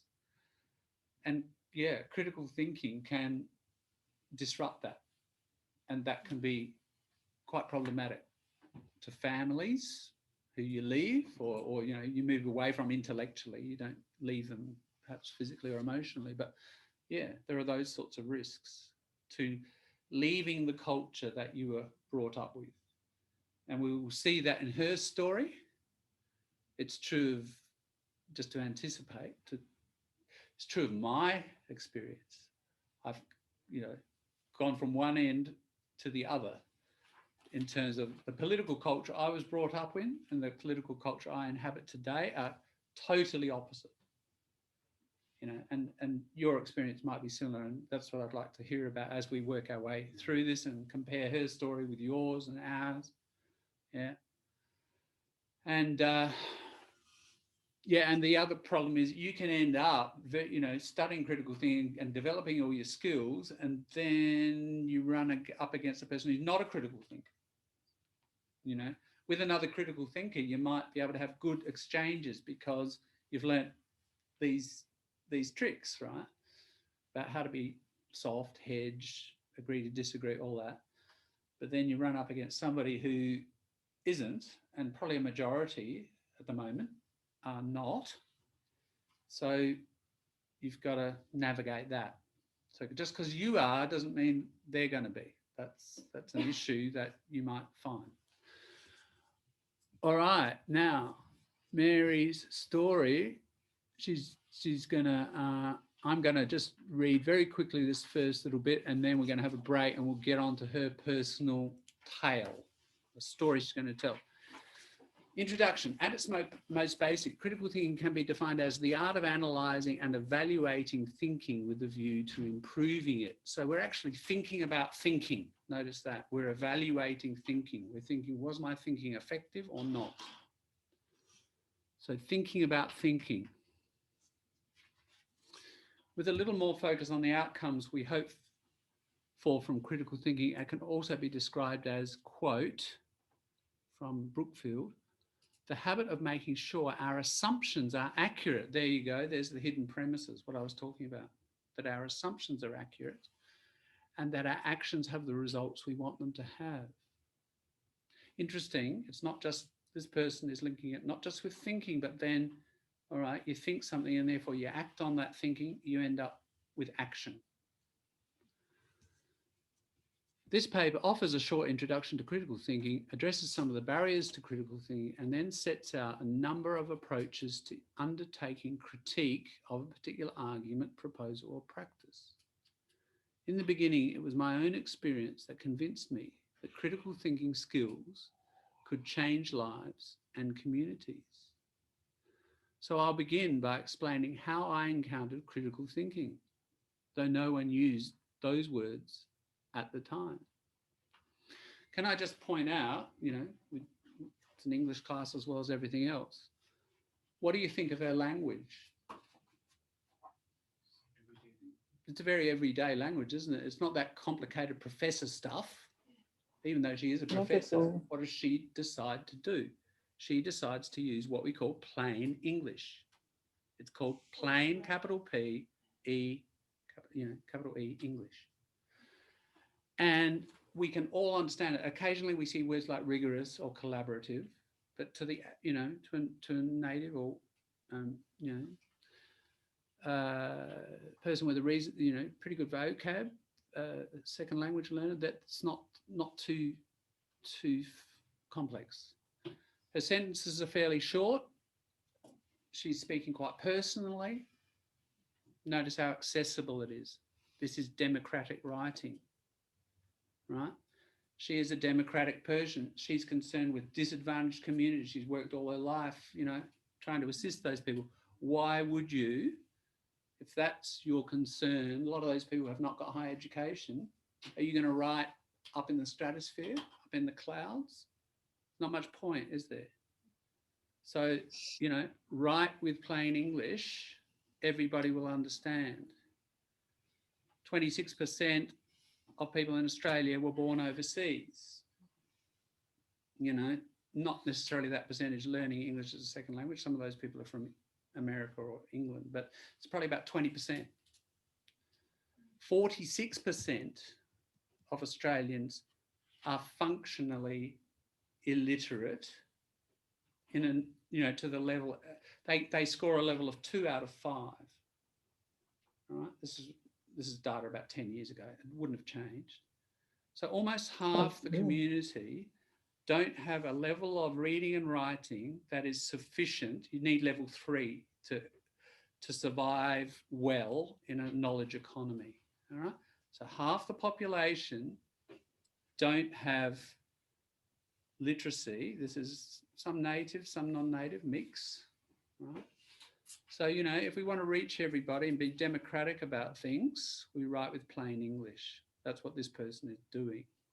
I just want to point out that, you know, if you don't understand something when you read it, is it your fault? Not necessarily. It can be the writers, can't it? They're trying to write in this highfalutin sort of way. Everybody should be writing so that pretty much everybody can understand, even academic material. You can say the most complicated idea using the first 3,000 most common words of English. You can do it. She practices what she preaches. Right? So yeah, I just want to point that out. One, about the actual words and style she uses. It's a good model to follow. She's a good writer. The other thing she does is she tells you what she's going to do, doesn't she? Very clearly. She's already said it in the abstract. Now she's saying, I'm going to do this, I'm going to do this, I'm going to do this. She's always telling us what she's going to do. And then she does it. Then she tells us what she's going to do. Then she does it. Beautiful, clear writing. So just, if nothing else, just as a model of writing, it's really good. And it's professor level, you know. So it just shows you don't have to be crazily academic to, you know, don't have to embrace that kind of culture, that elitist culture. You can be much more down to earth, and it's good. All right, well, we will move on to, and look, this is something, again, she's breaking the academic rules. Most academic papers don't talk about me and my personal story, you know, and this is part of her democratic practice, is to start with this stuff so we all kind of understand, you know, and then she'll take us with her and we have a much clearer journey. But she's been critical of the culture of traditional academic culture. It says, don't do that. Don't mention yourself, you know, speak about it impersonally. So we can see her critical thinking at work. She's already breaking cultural rules, just writing the way she's writing. Okay. Just some things to think about as we write. Let's have a 10-minute break at 6:41. We'll come back at 6:51 and we'll get right into the story and have a read. Okay. Dunnies, the great Australian word for toilet. Dunny, if you don't know it. Dunny? Yep. Yes, Dunny, Dunnies, Dunny singular. Lou, very polite, right? Is it polite? Impolite. Oh, Lou is very polite, right? It's the softest, most polite. The loos are out there to the left. The dunnies, mate, are out there to the left. All right. You always have to say mate if you say dunny. When you pointed that way, I thought you were introducing him to us. I thought his name is Danny. Why was that How is the sound of That's what I thought too. Sorry, Si. All right, we'll see you in 10. Yeah. Okay. See you next week. Are you good? Dancing. Yeah. All right. See ya. Oh, you're going Tape dancing? will be there if you You're want. going dancing? You're dancing? Which academy? Huh? Which of them academy around here? Where are you going? The studio. Yeah. Southern Salsa. I'm going to quick dance. Quick dance. Quick steps.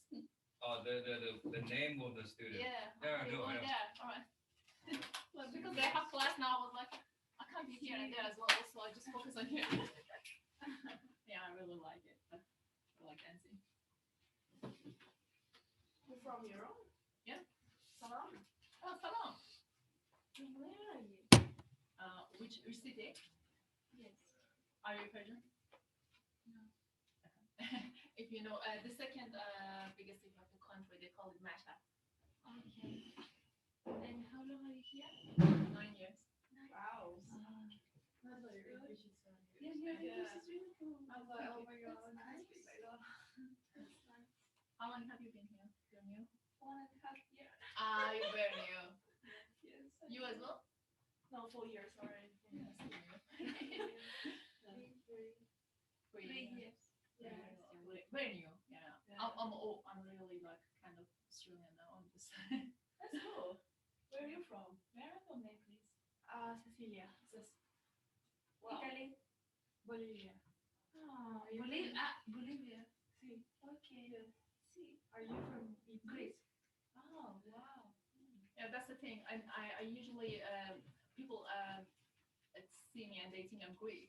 I Because thought you were Greek and Really? I thought Persian you- are. yeah, When I you saw were- you, I thought Persian. I thought Turkish or something, you know. Persian and Greeks are very similar. Yes. Yeah. I don't know.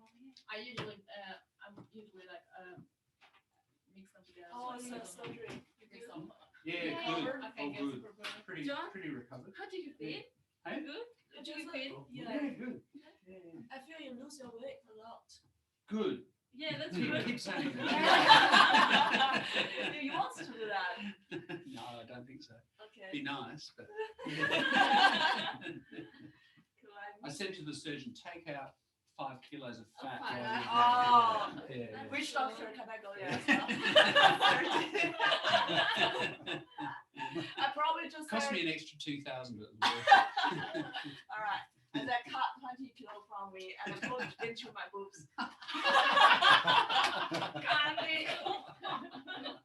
That's what I asked too. So man boobs.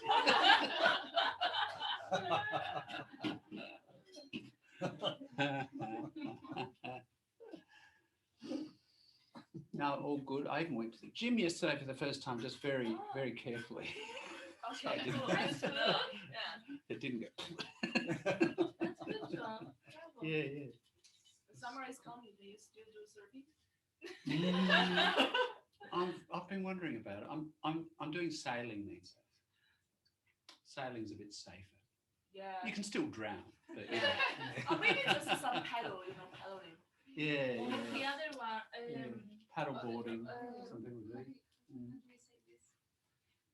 Jet ski. Jet ski. Jet yeah. ski. Oh Jet no, I ski. don't like jet really like skis. it. Too noisy. I've done once in Denmark.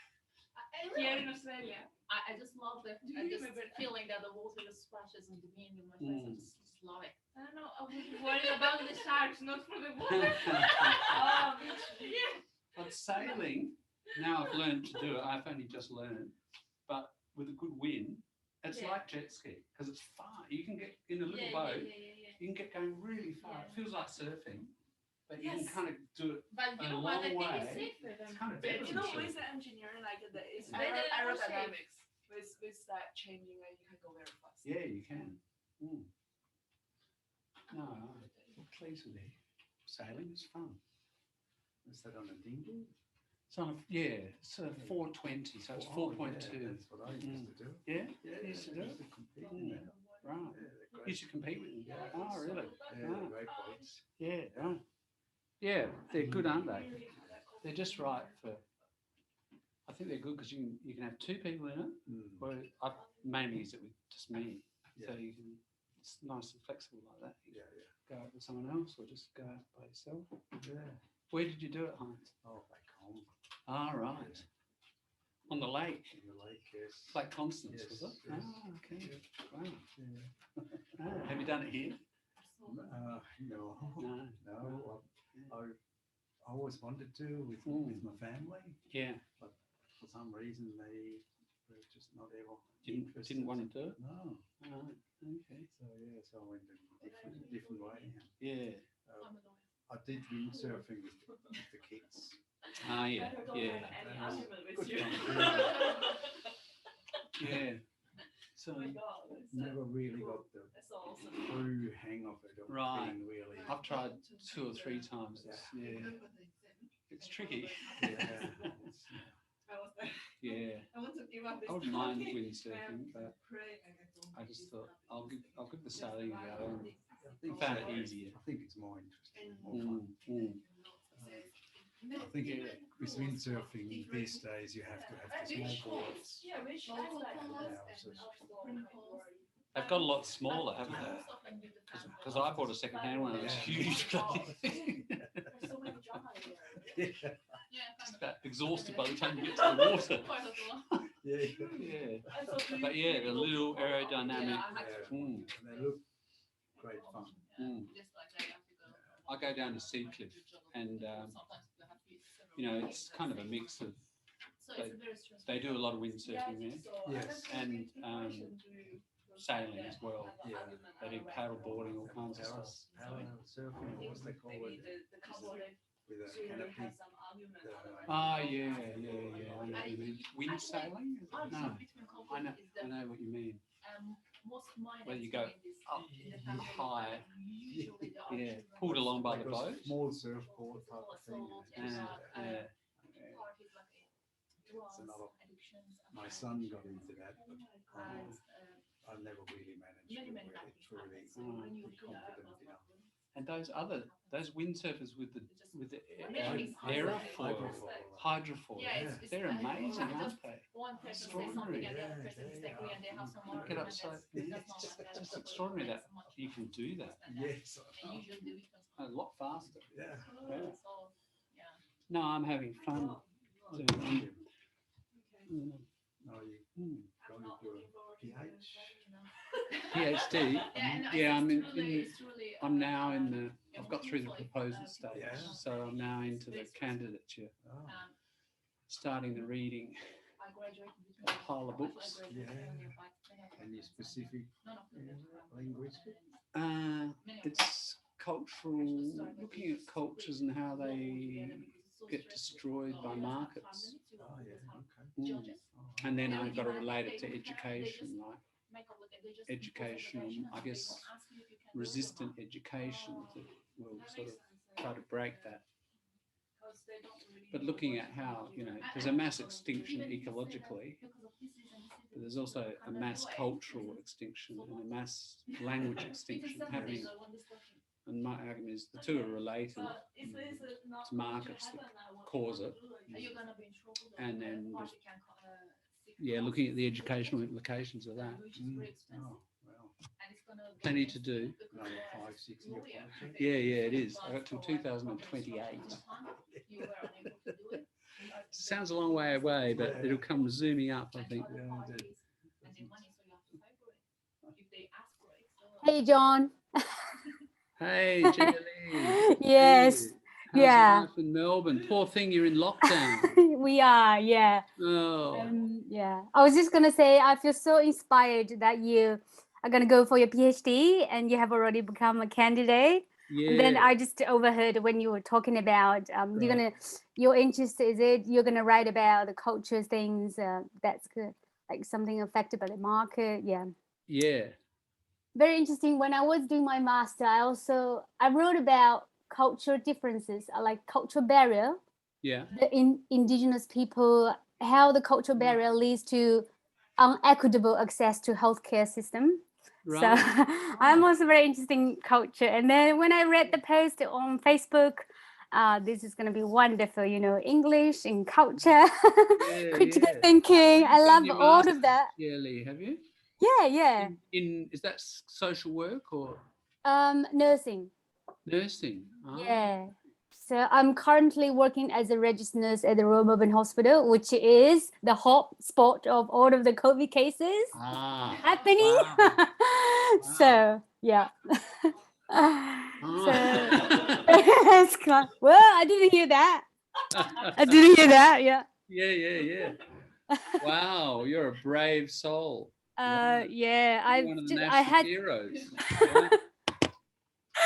I had my COVID swab done today and last week. I'm having the throat and the nose swab every once a week, and then I have to have my saliva test every time I go to work, every shift. Right. Wow. Very intense and very Are you tired. actually dealing with the COVID patients? You're on the wards with the COVID? Yeah. So I'm not like actively working in the hot zone, which we call it hot zone. It's all COVID confirmed cases. Yeah. But I worked at the trauma ward where we got patient test positive. But I was not the one looking after the patient. So I was not like we call primary contact. If I were the primary contact, I had to be sent for isolation for 14 days. Yeah. Even though I've got a negative test result, I still have to be isolated for 14 days. But then I was not the primary, so I was categorized as the yellow group. So I have to do nose and throat swab once a week and then saliva every day, almost every day if I go to work. Yeah. But I don't have to be followed, which is the word. Yeah, I need to learn English. Is it followed? Is it FOUL? Furloughed. Furloughed. Yeah. Yeah.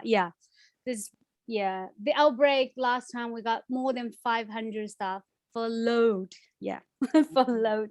Wow. Yeah. Wow, that's amazing. Well, good on you, Shirley. We need many years. Wow. Amazing. Congratulations for getting your master's done.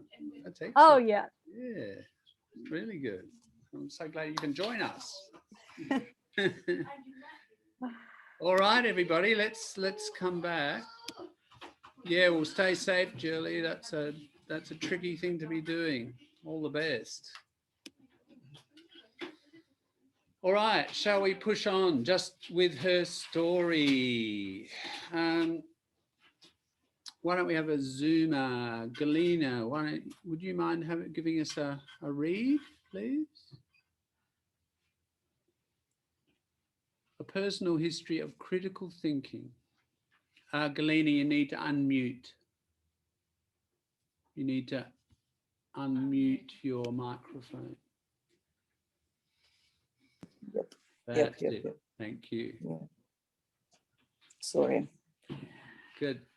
Personal history of critical thinking.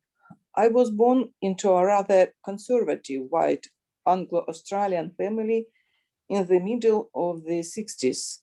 My parents are good people who have spent their lives caring for family and friends and volunteering their time to create better communities around them.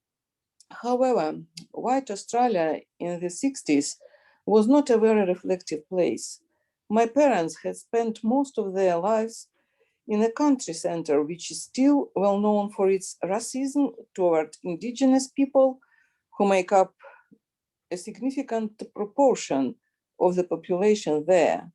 I grew up hearing adults around me speaking about Indigenous Australians in offensive, dismissive, and overtly racist ways, often acknowledging that there is good and bad in every race, but usually doing so as an introduction to saying something critical or demeaning about an Indigenous person.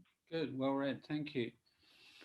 Yeah, okay, so white Australia in the 60s sounds very familiar to me. This is almost about 90% my background, but didn't really grow up in the country. I spent 10 years in the country in my teens, but otherwise everything else is the same.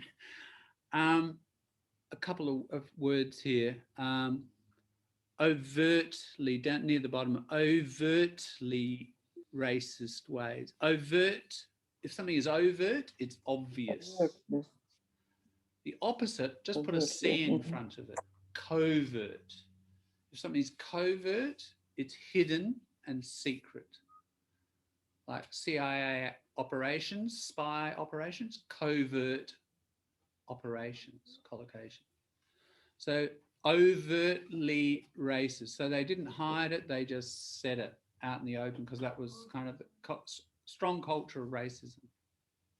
And one more thing, can I ask you something? Yeah. What is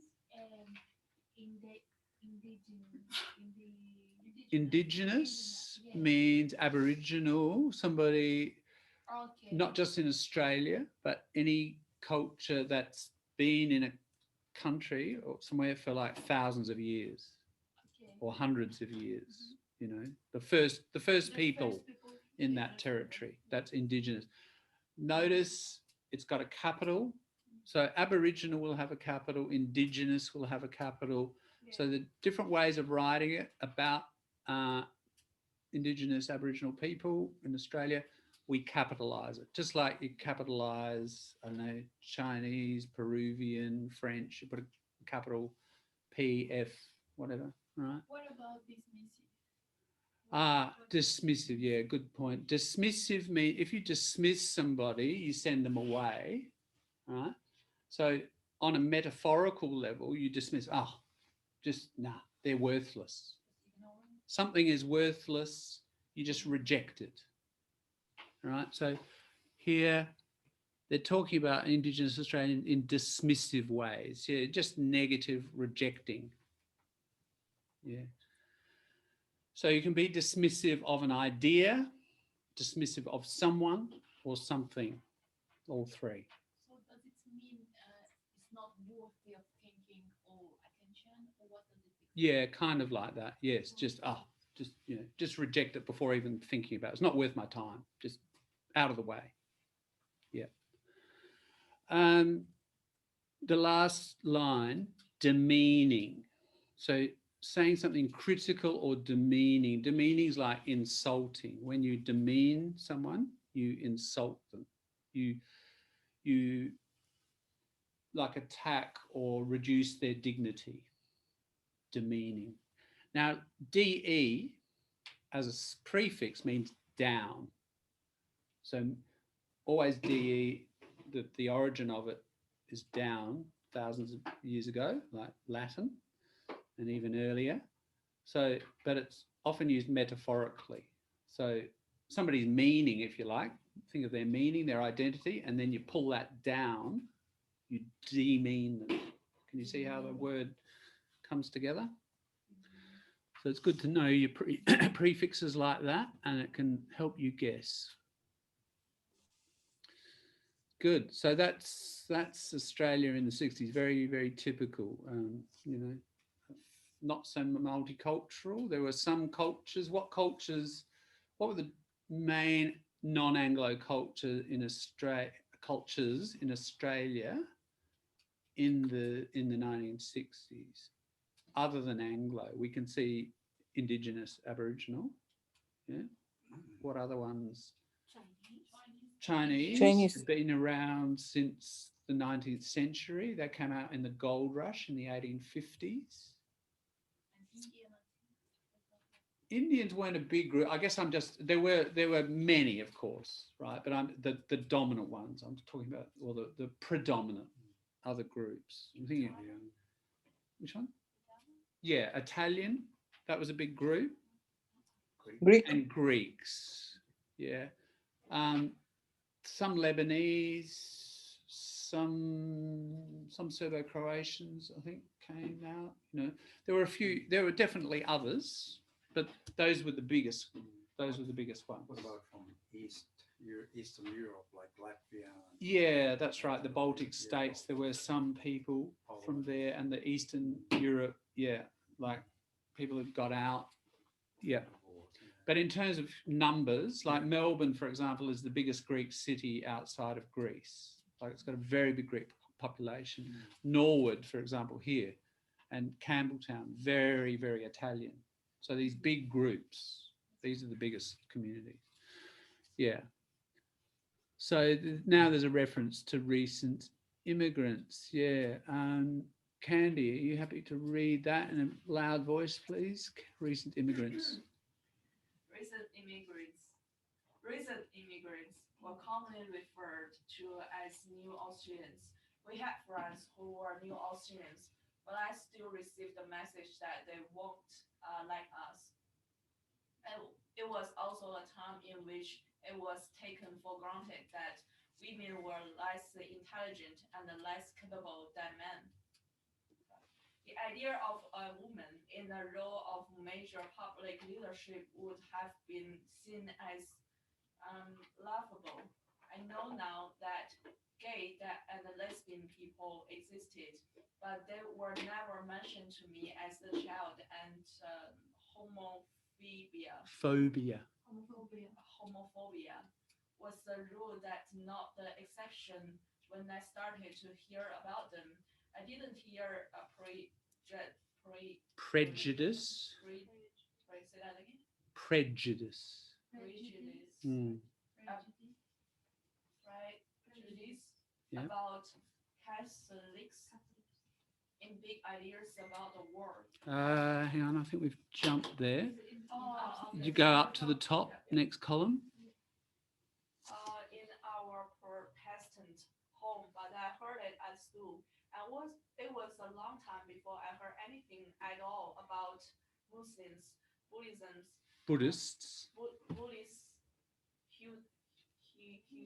Hindus, or people of other faiths. I learned in church that the Jews had lived in biblical times, and that Jesus was a Jew, but no one mentioned that there might be Jewish people living in our suburb. Good, thanks. So, yeah, so this is her growing up, and how are we for time? Yeah, we've got an hour. We might squeeze it. We might get it in. But as we're reading this is her story. The question is, what's yours? Okay. Now, so, and the whole theme of the whole topic here is critical thinking. So, you know, this sort of home, is it encouraging critical thinking and lots of different opinions and cultural viewpoints, or the opposite?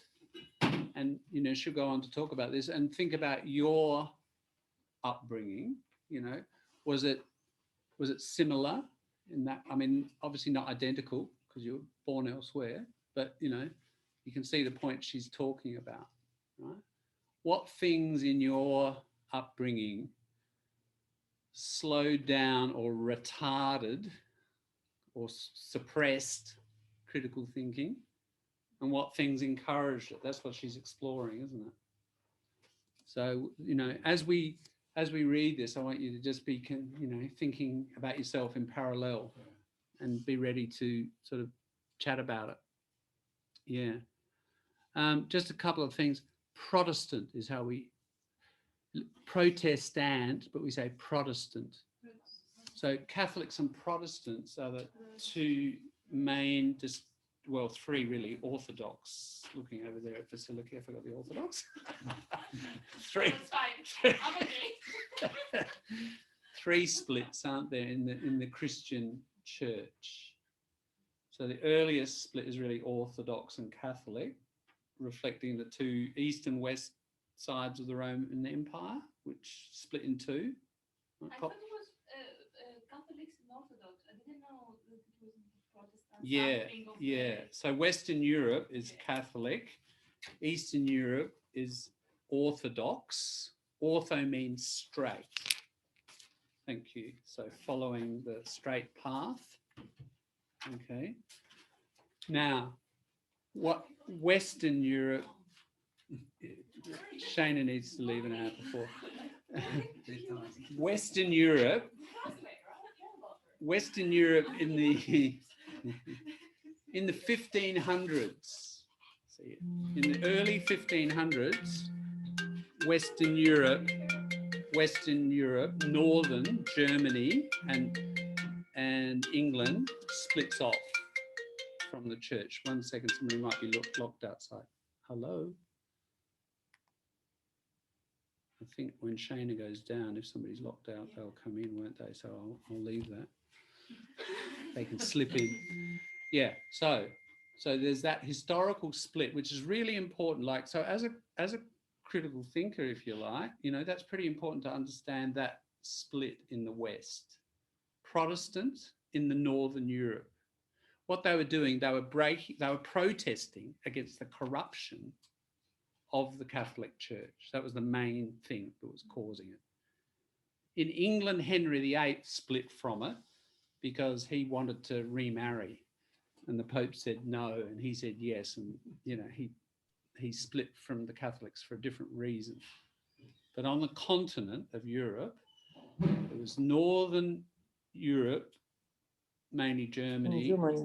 And Holland and so on, splitting from the Catholic Church, right? Lutheran. What's that? Lutheran. Luther, that's right. Yeah, 1519 or whatever it is, around about then, when he protests, he nails his, 92 theses to the door of the church. You know, it's apparently not, he never actually did it, but that's the famous story. You know, now what happened was the Protestant church then split and split and split and split, and we've got dozens of Protestant churches. So we've got Pentecostal, Baptist, Church of England, Methodist, Presbyterian, Episcopalian, you know, on and on and on, Quakers. So once it was okay to sort of, the Protestants were about, they basically said, they're kind of like critical thinkers in a sense. They said, we don't need a priest to tell me the word of God. I can talk directly, I can pray directly to God, and I can look at the Bible and I will interpret it myself. Don't need a Catholic priest. Once you open that Pandora's box, right, the box of evil, that's the metaphor. It's the old Greek story of Pandora. She opens the box and all the sins of the world come out. So it's Pandora's box, right? Idiom. Yeah. Once you open that up, of course, then people are free to agree and disagree and form lots and lots and lots and lots. And over the centuries, that's what's happened. The Protestants have formed many, many, many, many different churches. And some of them in the 70s actually came together and formed the Uniting Church. So the Methodists and the Presbyterians and a section of the Anglicans, I think, the Episcopalians came together. That's the Uniting Church. So some actually do come together. But just a bit of cultural background that's useful to understand. One thing we need to look at in critical thinking is we're going to look at the logic of things. That's important. But arguments and thinking, they are in human history, aren't they? They cannot be separated from human history. So they are influenced by these big social changes that occur, splits from Catholic and Protestantism, the rise of capitalism, the end of feudalism, slavery, you know, all these things shape our thinking and shape our culture. And being a critical thinker, I think, is having a good knowledge of that, and then also being able to step away from it, see yourself, you know, as part of it, but also separate. And when somebody starts to talk, you can kind of see where they're coming from because you understand the tradition that they're talking in. And if you understand that, I think you get a much better dialogue with that person. You also understand their point of view more, why they think what they do, the background, all kinds of stuff. So history, incredibly important, which is what we need to look at as well. There's lots to do. Sorry for interrupting. Yeah. What Supreme Church is?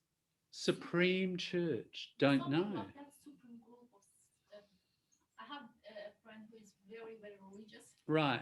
The Supreme Church. Sounds like something your neighbour has created on Facebook last week. Supreme group and maybe they've made themselves the head priest. I'd have to say, I don't know. I'll pass on that one. Yeah, I might use the actually Ask phrase. the person if you dare. We have very different opinions, and I Mm. usually don't talk Right. about those. Yeah, issues. sounds interesting. Homophobia, phobia, fear. Very common suffix, isn't it? We can have agoraphobia, fear of crowds, claustrophobia, fear of confined spaces. Homophobia, fear of gay sexuality or same sexuality. You know, so that's the term there. Okay, so you know, it's a kind of the word that occurs to me.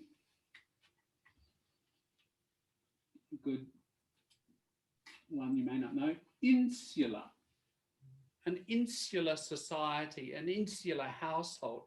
Insular in Latin means an island. You can see where we get isla, I-S-L, you know, an island, a peninsula, almost an island.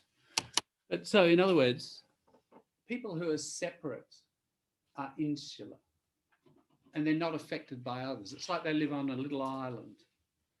Now, this household is quite insular. They're separate, aren't they, from the influence. They don't mix with those communities around them, those cultures. They're separate. Kind of like isolated, insular. But insular suggests that they want to be isolated and they put up barriers. That's an insular person or an insular society or an insular household. So kind of the opposite of critical thinking, isn't it? Of being open and yeah. All right, let's move on. Jin on Zoom. Could you have a read for a long time? Okay. This is by no means a No, sorry, we're from for a long time. This is all I knew. This was all I knew. Can you see that bit there? Aren't we there? Oh, is she? Sorry. Oh, no, sorry. No. Apologies. No. Go on. You're right, Jin. My mistake. Mea culpa means my fault. Mea culpa. It's Latin. No worries. You know, mea culpa is blame, fault. Mea, my. Mea culpa. Yeah, culpability, exactly. If someone's culpable, they're to blame. So I'm to blame. Mea culpa. My fault. This is female because it ends with No worries. That's right. Yeah, matches. Doesn't mean I'm female. It means that's female. No, yeah. The word. Yeah. Because we have the same. Same. Good. Mea culpa. Okay. Go on.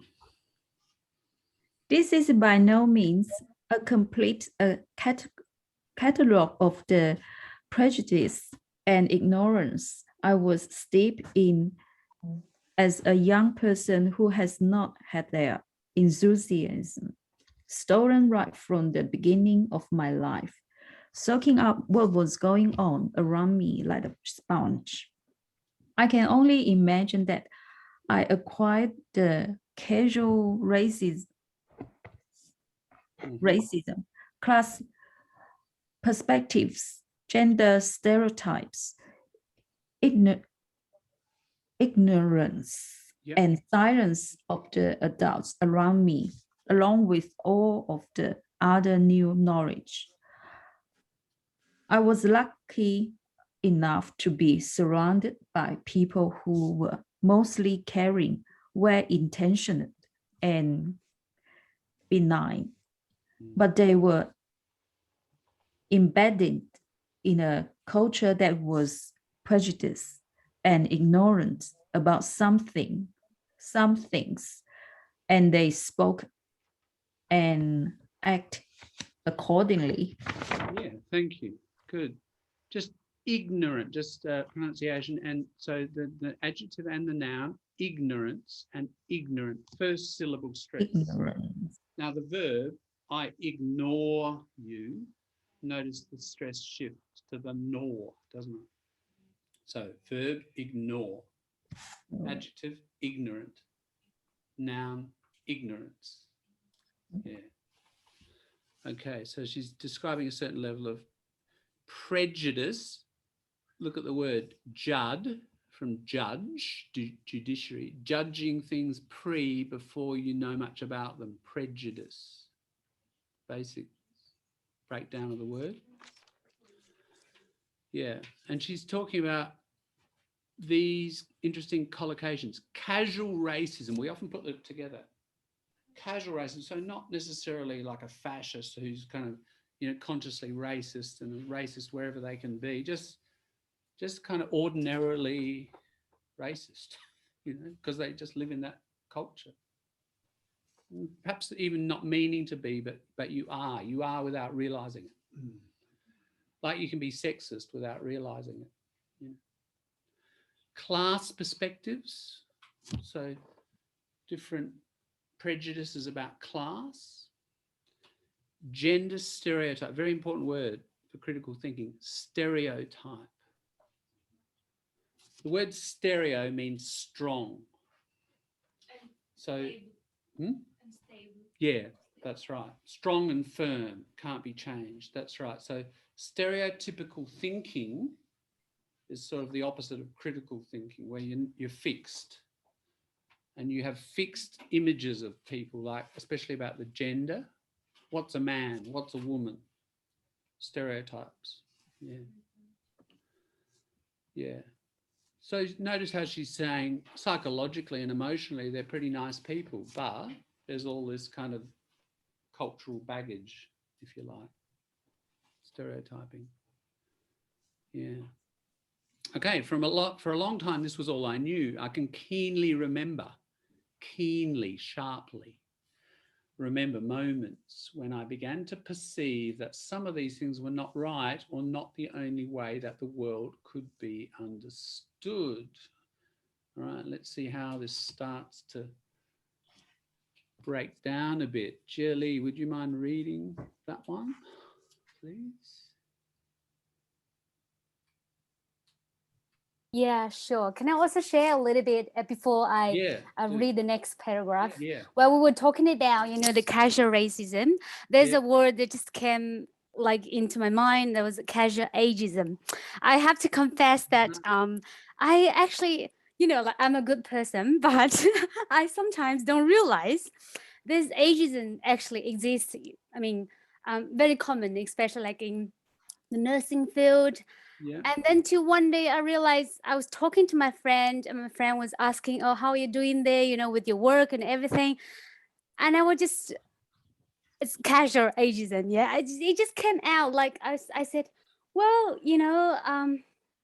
I felt, very good. I enjoy working and, and then I think I just started casually talking about how fast I can be, how efficient I can be.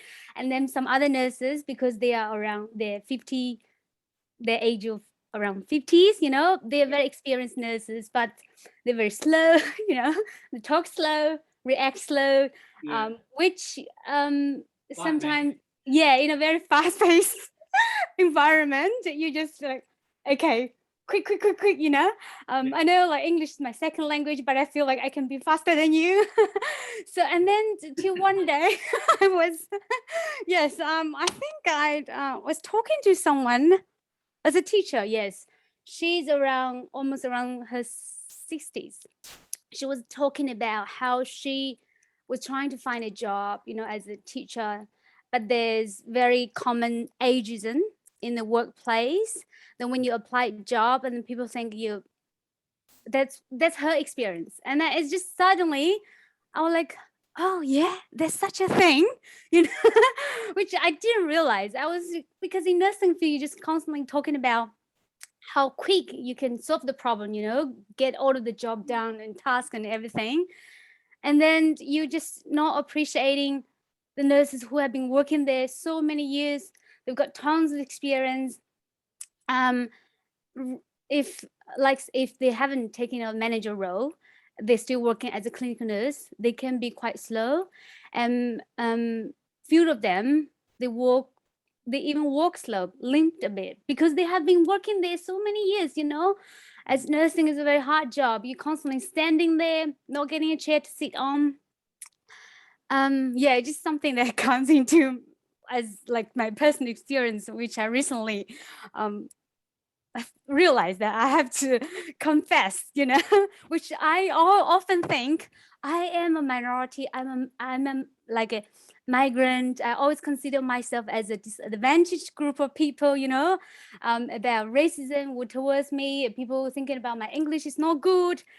But there's actually some other things which I myself, which I've never thought about, I could do this, you know. That's very interesting, Julie. Yeah, thanks for bringing it up, because it raises a lot of points, actually.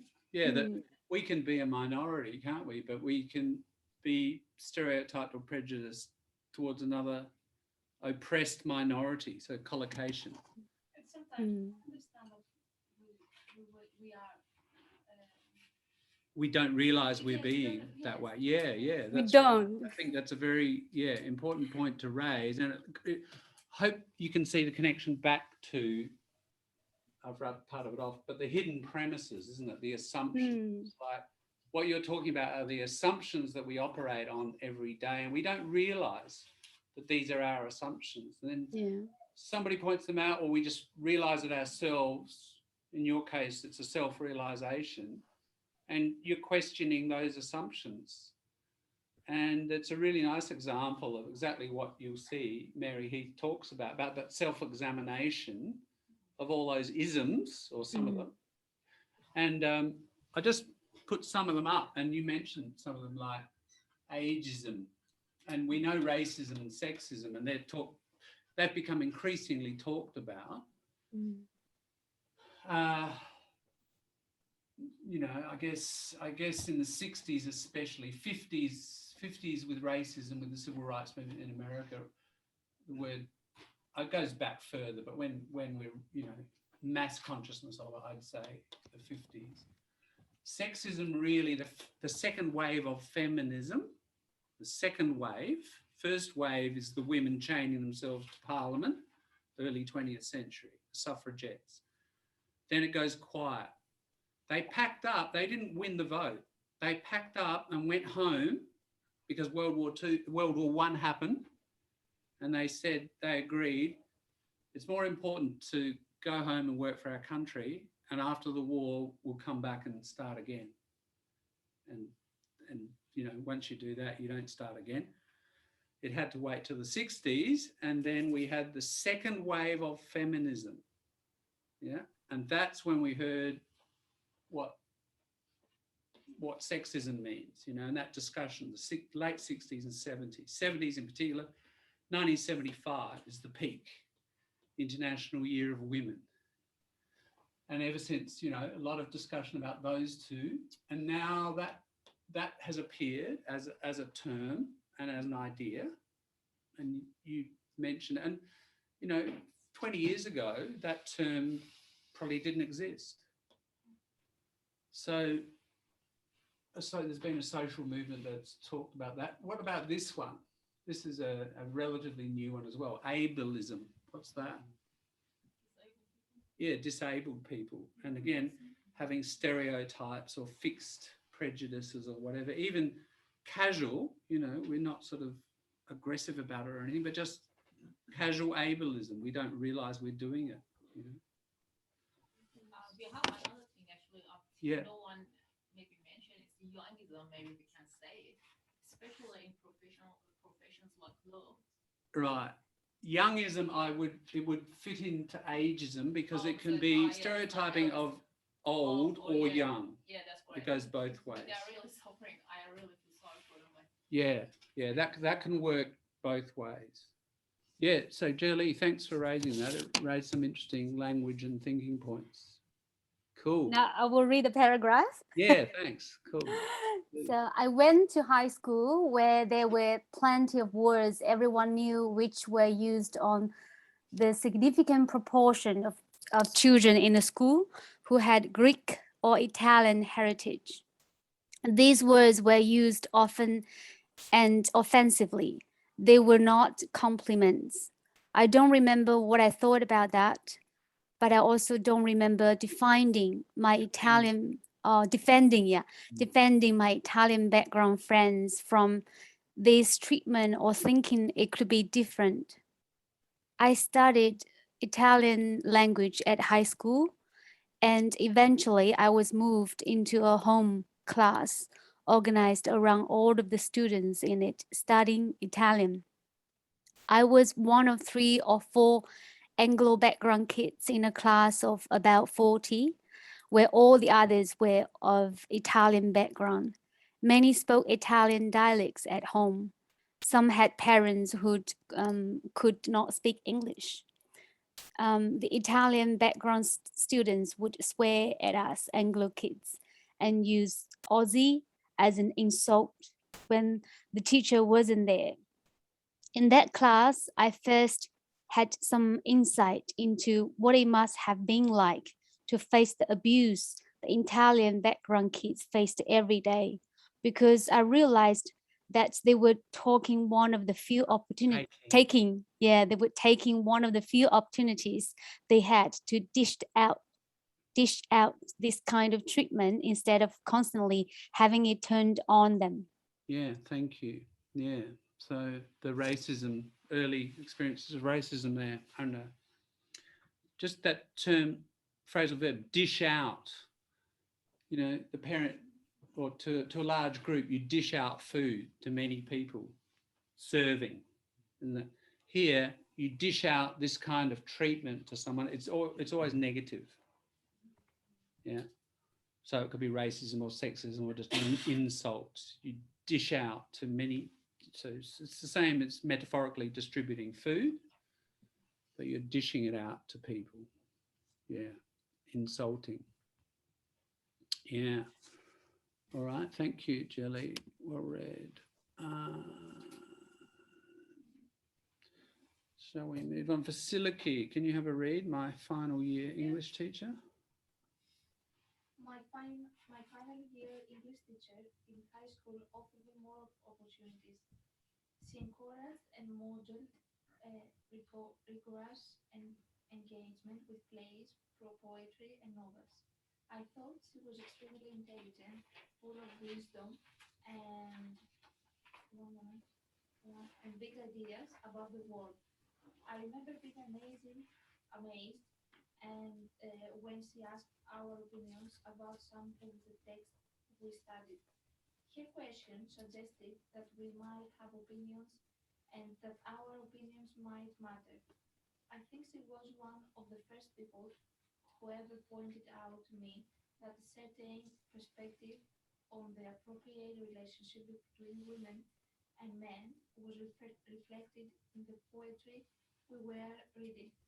She asked the class what we thought about that. This was a whole new way of thinking for me. Good, thanks. So the beginnings of, some sort of questioning happening. Yeah. Sophia, would you mind? Gradually, it dawned on me that the way my father saw the world was only one way to see the world, not the only way to see the world. I think this may be the biggest realization I have ever had. For me, this insight was necessary to be able to think about the world from my own point of view, to think critically about the world. It was a realization so big that it was as if the world cracked open and light shone in. From that point on, there was more and more illumination. Yeah, so point of great realization. Zoomers, can you see the board I'm writing on? Okay. Okay.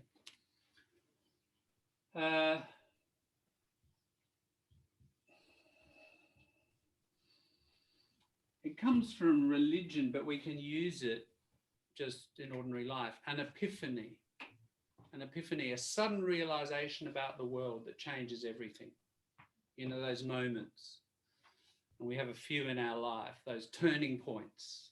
It could be a little thing that triggers it or a really big thing, but sometimes really just ordinary thing, and suddenly, wham, the world's not the same. That's a total realization that changes everything in the world. It highlights the fact of maybe what sort of environment you grow up in, Yeah, like with the contact you have from your family or people around you in school. yeah, exactly. And often those people can trigger Yeah. that. Yeah, yeah. Greek, can you break it down for us, Vasiliki? How would you? Epiphania. Yeah. This is the Greek one. Epiphania. What's the fan bit mean? No, is from the verb phano. Phano means to show up. Uh-huh. So epiphania is this. Epiphania is this. Is the top of something Uh-huh. that we can see. Not the background. It's Uh-huh. the top. The surface. the surface. Exactly. Right. Is this one. Ah. The word. Right. Okay. The surface. Yeah. So does it mean you're pulling things away and you can finally see the surface? Yes. Right. Okay. Interesting. Yeah. So We that's say the history. all these things that something bad happened, so they came on the epiphany. So they Right. came to surface. Yes, on the surface. So they airsoft. Yeah. It surfaced and yes. it came. It came into reality, or it Yeah. suddenly it surfaced. Yes. It surfaced, and we realized this. I see. So it's stuff coming to the surface that was hid. It was hidden before, and it's come Yeah, to the exactly. surface. Yes. Wow, we keep coming back to this hidden, this idea of stuff coming up, isn't it? The hidden stuff coming up, and we realize. Yeah, that's our theme for the night, I think. Things rising into consciousness. Right. That's interesting. Yeah, I'm glad we've got our own etymological dictionary sitting in the corner. John, Yeah. I want to ask about one word. I mean, maybe it's a phrase. Yeah. And light shown in or shown in. Oh, yeah. Not the last line, the second Oh, line. yes. The world cracked open. So it's a metaphor, isn't it? It was as if, so it's like. The world cracked open.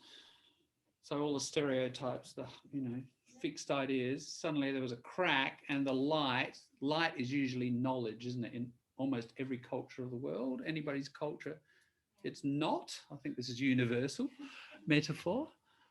Light, knowledge, the epiphany, the realization, enlightenment, there's the light again, comes, and comes to some deep understanding.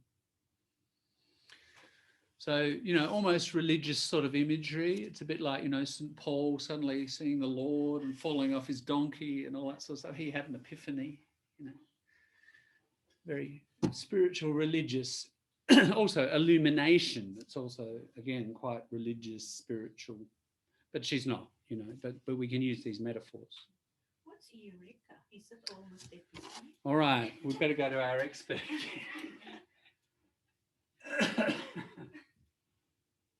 We better put an exclamation mark, hadn't we? All right. The question is for Zoomers, if you didn't hear it, Kate was asking, what is eureka? It's kind of connected. Yeah. What's the meaning, the original Greek of eureka? I found it. Yeah. So Neptunus, Newton, I don't know how do you say Neptunus, is when he found the law of the Displacement of water. Yes, not of the water, of the balance. Give me a moment. Isn't it Archimedes? No, it's Neptunus, but I don't know how do you say. I don't know. We've changed it. Yeah. We've changed the story to Archimedes in his bath. The law of gravity. Oh, that's Newton. Newton. So okay. So when Newton found the law of gravity, The apple goes bonk on his head. With an apple. Yeah. Or something, I don't know. Yeah. Yes, he said Eureka. So Right. I found it. Yeah. Right. Yeah. But it goes back further. It goes It's back okay. goes back to your people, Yeah. not the English guy. Go further back. Archimedes. How do you Yes. say his name really? Archimedes. Right, pretty close. All right, he's lying in his bath, isn't he? And he discovers yeah. the law of the displacement of water, isn't it? Yeah.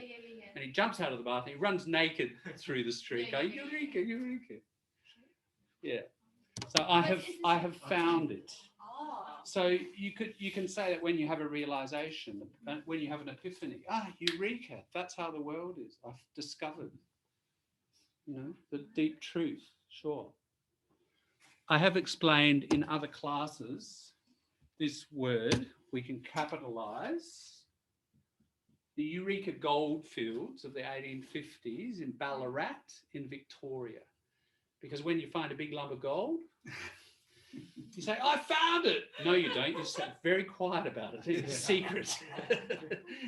But, I have found this big piece of gold. So they were called the Eureka goldfields. And when there was a big fight with the police in 1854, I think, the Eureka Rebellion, we had the word rebellion. The miners fought the police, and the police marched up and killed a whole lot of miners.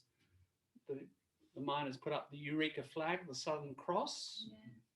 And when you go to Ballarat, go and see the Eureka flag. It's a very important bit of Australian history. And as I've said, go out onto the building sites of the city of Adelaide, and you'll see on the crane, you'll see the Eureka flag, because it's a symbol of like rebellion of the union against the construction bosses. It's the class struggle, right? And that Eureka flag sort of continues today. So that's the Australian use of Eureka. Again, I would argue critical thinking is, all this stuff about logic, but knowing these cultural symbols in a culture and the history of it's pretty important too. Good. All right, we're up to university. Denny, can you have a read? Big loud voice, please. When I finished high school, I had a privilege of going to university, and it was exciting. There was a whole section in the library full of books about feminism, and I walked my way from one end of the shelf to the other, being shocked, delighted, appalled, affirmed, and confused. I took subjects in politics, philosophy, and logic, and considered whether there was a God, whether it was not moral to eat meat or have an abortion, whether revolution would be a good idea. I took these questions up with my friends and family, and even with strangers who seemed to be interested. In short, I was excited by ideas, and I realized there was a much greater variety of thinking in a world than I had been led to suspect. These ideas were not only in books. I went to a lot of meetings and began working with people who were trying to understand power and the Cold War. Think about uranium deconstruct dominates idea about sexuality and relationship. In short, we questioned everything, and for me, this began with questioning myself. Good, thank you. You can see the change, can't you, of the journey, and perhaps significant, it's at university and very much studying the humanities, arts that raise these sorts of questions. Just a few points. John, the Cold War. John, yes. what is the problem with uranium? Yeah. Sorry, what is the problem with uranium? Good point. I was going to bring that one up. Yes. Think about uranium. Why think about uranium? Atomic bomb? Yeah. Nuclear power. Right. And should we have it? And there was that debate in Australia, like in many countries that were open to debate. Some countries have been closed to that debate, haven't they? And they just did it. But some countries have been open, and overall in Australia, have we decided on having nuclear power or not? No, you decide not to have. That's no. right. Yeah, we've decided not to.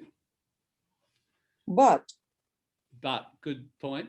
There is a but. What's the but, Galina? But in France, Mhm. 100% of electricity is coming from atomic station. Right. Is it that much in France? Right. It's certainly in Europe, it's different amounts, isn't it? A lot of Europe has decided to do it. What about your individual countries? It's got nuclear power. Oh, we definitely need to have it. Lots in China, isn't there? Yeah, but it's not Mm. starting about the wall. It's just about the self-defense and the progress of the science. Yeah, but okay, in Australia, there's been a long debate about what we call renewable energies, so solar, wind, tidal, etc., versus uranium. And even people concerned about the environment and climate, there's a sort of a split on that. Majority are for renewables rather than nuclear. That's where the debate sits at the moment in Australia. So we haven't built any nuclear power. The but, however, that I thought Galina was going to mention, there are many buts. I thought she was going to mention this one. Australia has agreed to dig it up and sell it to other places. So we have uranium mines. I think there's a map. Yes. There, look. Don't know, Zoomers, you may not be able to see it. That is a map of Australian nuclear and uranium sites. And there's, as you can see, there's quite a few. And there was a big movement in the 1980s, anti-uranium movement. The argument being, you know, once you dig this stuff up, it's poisonous for so long. Then things like Chernobyl happened, later Fukushima, you know, but not in the 80s. But the anti-nuclear movement was very strong here in the 80s. And it basically, it got nuclear power banned, and it got the number of uranium mines limited to only a few. If you look at the map, you can see that a lot of it's in the desert. And which people in Australia live in the desert? Indigenous people, right. So it connected with the whole issue of mining on Aboriginal land and digging huge big holes, you know, on a sacred territory, you know. And so that very much intersected in the whole debate, right, about Indigenous rights, land rights. So the slogan of many people was land rights, not uranium. That was like the car bumper sticker. So Aboriginal, approve. Generally speaking, majority of Aboriginal people have been against it. Yes. What has happened a lot, not just with uranium mining, but copper, iron ore, coal, the companies are billionaire companies. They will offer the community lots of money, millions, hundreds of millions, and then that tends to split the community, and then the community ends up fighting each other. And over time, usually, like anywhere, money tends to win. And so Aboriginal people, not always, but there's a tendency for these rights to get granted, because mining companies, you know, they don't give up, and they work for, you know, 2, 3, 4 decades at it and spend hundreds of millions of dollars, because they will get billions if they succeed in convincing this small community of a few hundred people, right? You can see how easily it would shift. Sometimes it's not so easy. It takes decades, but usually it does.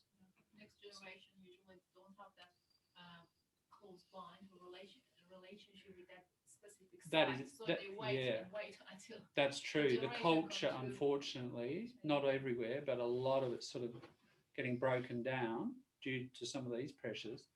And then, like last year, groups like Rio Tinto, you know, blow up 46,000-year-old caves, you know, with paintings in them, 46,000 years old. Wow. Sorry, Rio Tinto, yeah. You know, not every company does that, but, you know, that's the worst case. But there's constant destruction of Aboriginal culture going on. So This is a big tension in Australia. Again, as critical thinkers, you know, we need to look at, we hopefully will look at lots of these sorts of debates. And what we need to look at is not just the arguments for or against, but look at it in terms of history. What's the history of this debate here? That history of nuclear power is really different from France, for example, because France don't have Indigenous people, right? So how it unfolds here, I think that's what you want to know. Yeah. So we need to look at how, that's what I'll be kind of mindful of. When we finish this and we start getting onto specific debates, we need to be looking at like the Australian context of this debate. Yeah. So that's the uranium thing. And so she would have probably been in her 20s in the 1980s. So as a university student, she would have joined that anti-uranium movement. That's why she mentions it. It was big at the time. Deconstruct, incredibly important word for what we're going to do. You construct, there's been, I guess, the last 150 or so years, theories about how societies construct beliefs about themselves. Before that, there wasn't a lot of that self-reflection. There has been over the last roughly 150 years, a bit longer. And many, many theories about how, when you look at ideas about sexuality or gender or, you know, racism or whatever, how do we deconstruct those ideas? How do we pull them apart and analyze them? So D, remember down, deconstruction, not destruction, deconstructing. You'll see that word everywhere in critical thinking and anthropology and cultural studies and so on. So deconstructing dominant ideas. Now, here she says about sexuality, but we could say sexuality, race, class, age, disability, you know, whatever. There are dominant ideas. They get accepted as just kind of common sense, and people often don't question them. The whole point of critical thinking is, let's take those, let's look at the hidden premises, let's look at the assumptions. What do we think of those assumptions? Are they based on evidence or not? You know, that's about deconstructing it, isn't it? So it has been constructed, these ideas have been constructed. Why? It begs the question, why did those ideas get constructed? Generally speaking, I would suggest to you, certain powerful groups in history have wanted those ideas to be dominant because it helps them. It helps them rule. And that changes with every society and every period, you know, and every culture, and it's different. We need to analyse, especially our own time and place. What are the dominant ideas? Are they based on, what assumptions are they based on? Are those assumptions valid? Let's look at the evidence for and against. If it's not, why not? Why did they get there in the first place? We need to understand that process too. Who do they serve? Who do the ideas serve? So this question, again, it's almost like we're learning more Latin than English these days, isn't it? Tonight. Really, really important critical question. Any thoughts what it means? Cui bono? Qui, some of you know some. What's the good? You're on the right. Yeah, this is a question. It's who. Who benefits? Yeah. So when there's a dominant idea, how did that idea get there? Like, who is it who would benefit from that idea, keeping it going for so long? If it's not, if we analyze it and it's not based on evidence, and there's nothing, no proof for it, or even the opposite, there's disproof, how come it's there? That's the next question. Then we have to start looking at the history and even the current, you know, possibly politics.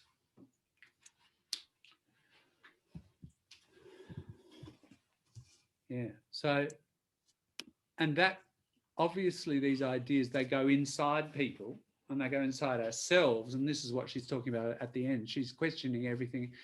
And for me, this began with questioning myself.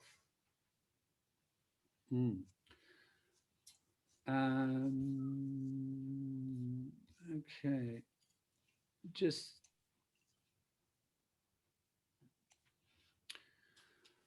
I'll just look at this next bit. I'll just read it. I think now that this was the beginning of my career as a critical thinker.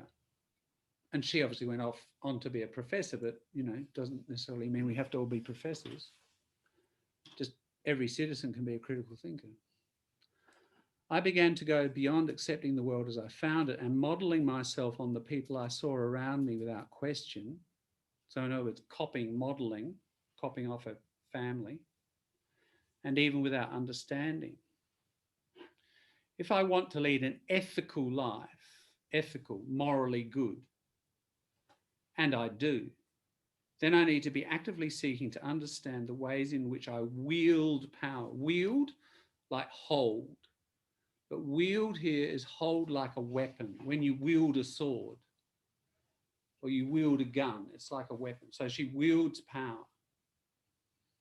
The ways in which I wield power, the places I hold unexamined privilege, the prejudices I have unthinkingly acquired, so kind of collected. I also need to be able to think critically about the strategies I am employing or participating in as part of trying to create social change. I said before, and she said, she's an activist, but she has to stop and think about how I'm doing that. Why am I doing it?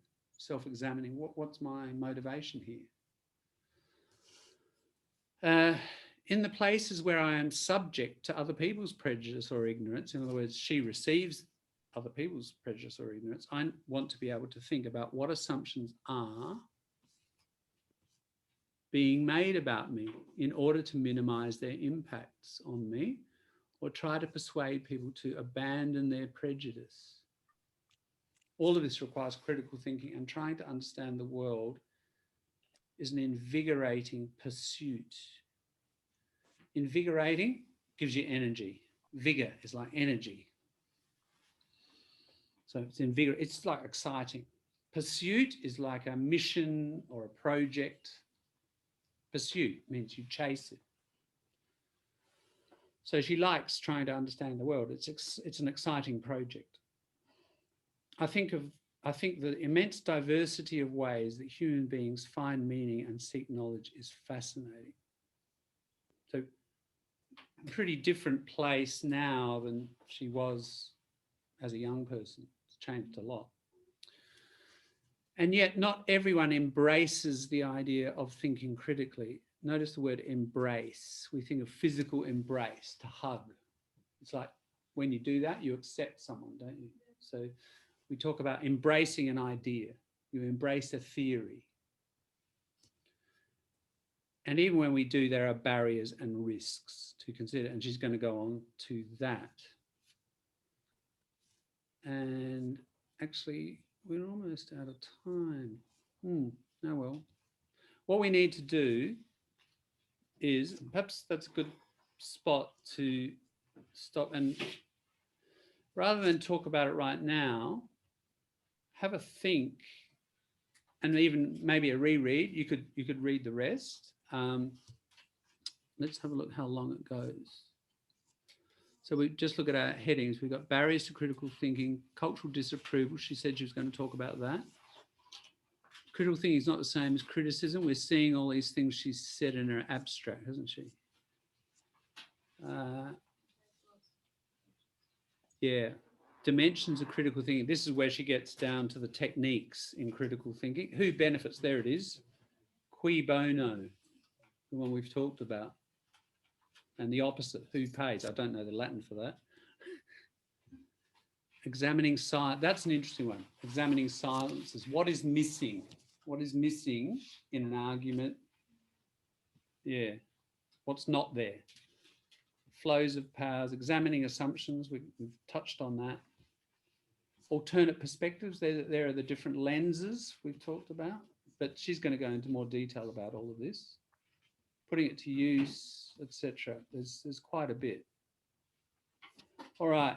How would you like to proceed? Would you like to keep reading it like we're doing and stopping and discussing, or should we say we'll read it over the next week and then come and discuss. What I'll leave it at this point open to the group in the last few minutes to what I would like to do. I'd just like to do at least one thing, certainly for discussion in the first half hour next week, like have a read and a reread of this, and especially the growing up bit, and think about yourself in your own growing up and what were the limits or the constraints on you. Maybe it was the opposite. Maybe you came out of a household with a mum like she is now, or a dad, right? But lucky. Whatever that story is, yeah, be prepared to start sharing it with the other people in the group on Zoom or otherwise. Yeah, tell that story. I think we'll have some interesting things to hear about. And what were those? Yeah, constraints. What do you feel were there moments where do you feel you've managed to open those doors? How far? You know, how much of things open? Do you still feel some things are kind of closed to you? What is it that you want to open up? You know, to what degree do you feel you're a critical thinker? You know, all that stuff, and how much your upbringing contributed to that, yeah? And your original culture and your setting. Yeah? That'll be the first thing.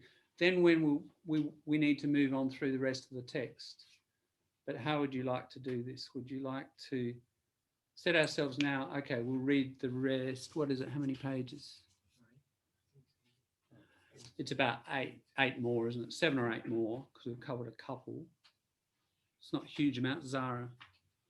Because I was English, actually I was studying English a long time ago. So I had a journey, I'm a little bit ahead, maybe a journey from people who are here, maybe just 2 years or something in Australia. When you're coming to the class and reading them, probably we won't learn as much as we read it ourselves and then discuss it. Yeah. Because you cannot, when you're just focusing on learning, it's very difficult for the brain. But when you're just so excited and trying just to convey your message and go through it, you learn much, much easier. So yeah. So you'd like to read the text and then discuss? Yes. Yeah. Like have the text read, basically. And like dialogue. Yeah. And more. Okay. Yeah. I think in my perspective, like, because it would be easier if it's like fresh, like to read it all together and right. more fresh. Yeah. Then discuss about it and like read it at home. Like it would be nice if we all can read at home and then like do it again here and fresh. I don't know.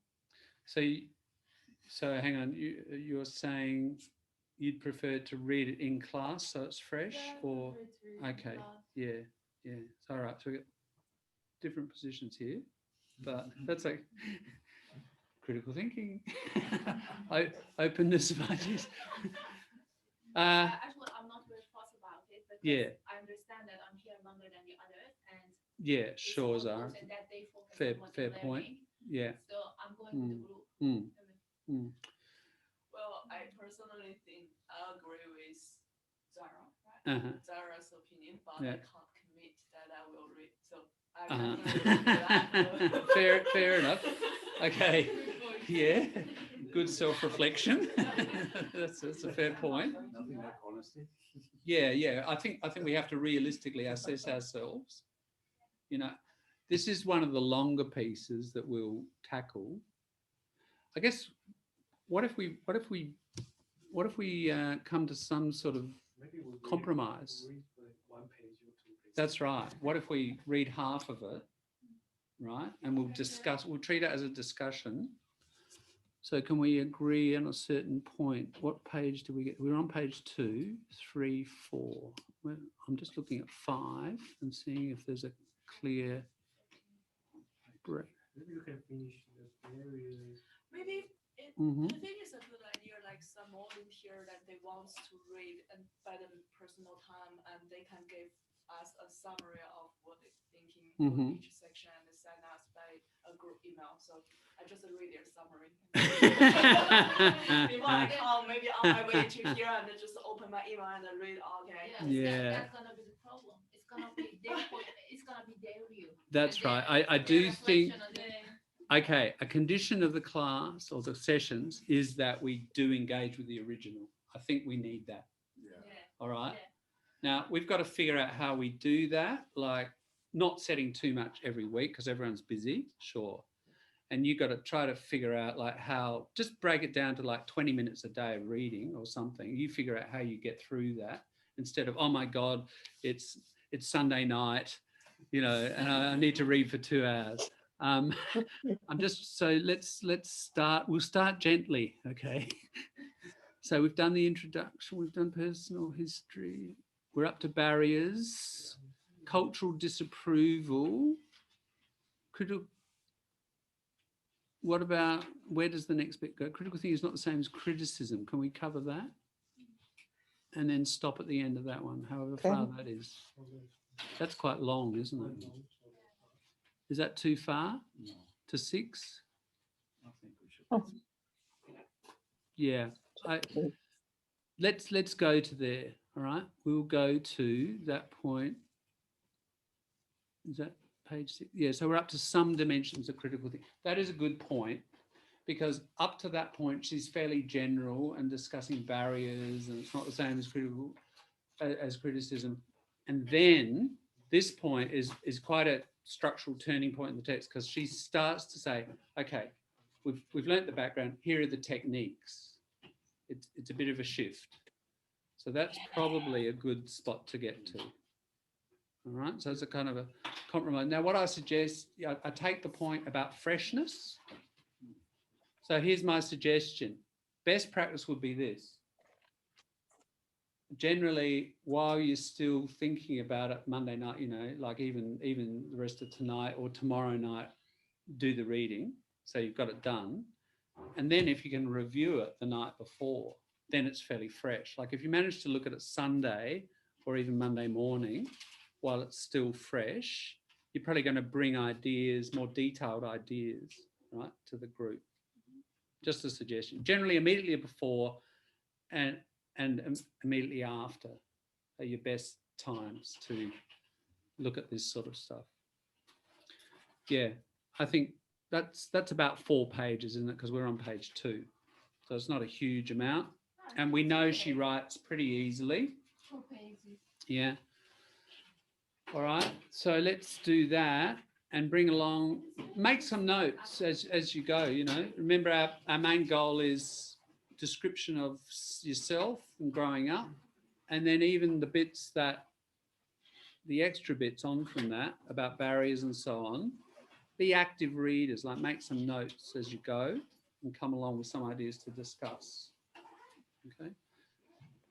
And then we'll discuss that, and then we'll start looking at the techniques, what she's talking about here, the dimensions and techniques. Yeah. Cool. Now I do want to just check everyone's put down their email on the sheet, and Zoomers, please send me via message or email your email, and so I can send you the video. Even if you don't want to look at this one, you know, you might miss a week and you do later on. Thank you. And yeah, if you wouldn't mind, people in the class, in the face-to-face, if we can throw in $5 to pay for the rent and the meetup and the Zoom costs and things, that'll be good. Just okay, so 1, 2, 3, 10. Okay, thank you. Yeah. Cool. Thank you. Yeah, that was a nice start. Thank you. Good to see you all. We're off to a good start, I hope. And Zoomers, thanks for staying the distance. Thank you very much, John. Thank you very much. Lovely. Thank you. See you. Bye-bye. John, Yes. John, just one notice. And we'll see you next week. But Galina, yeah. About this Extinction Rebellion, about the emblem. It's not in rectangle. This Sorry, stained Galina. glass. Hang on, Galina. I'm going to turn you up because people are talking in the room. Yeah. Say again, please. This stained glass is not in a rectangle. It's in the circle. Uh-huh. What's in, thank you. What's in a This circle? rebellion. Sand glass. Sand glass. Ah. This yeah. emblem is not in rectangle. Ah, it's in the thank circle. you. I felt when I was drawing that, it's a circle. Yep, Like that, is it? absolutely. Yes. And And yep, yeah, great. Thank you. Yeah, I knew when I felt there was something wrong when I looked at that. And I thought that's not quite I right. checked on the, I Googled, that's Yeah, why I good on know. you. It's not my knowledge, it's just Yeah. Google. Say thank you for Google. Okay, thank you, John. Thanks. Good. See you Good on next you. week. See you. Ciao. Bye. Bye. Ciao. Yeah, that'd be good. Thanks. So just We'll just leave that one. just leave that one. Thank you, Danny. Yeah.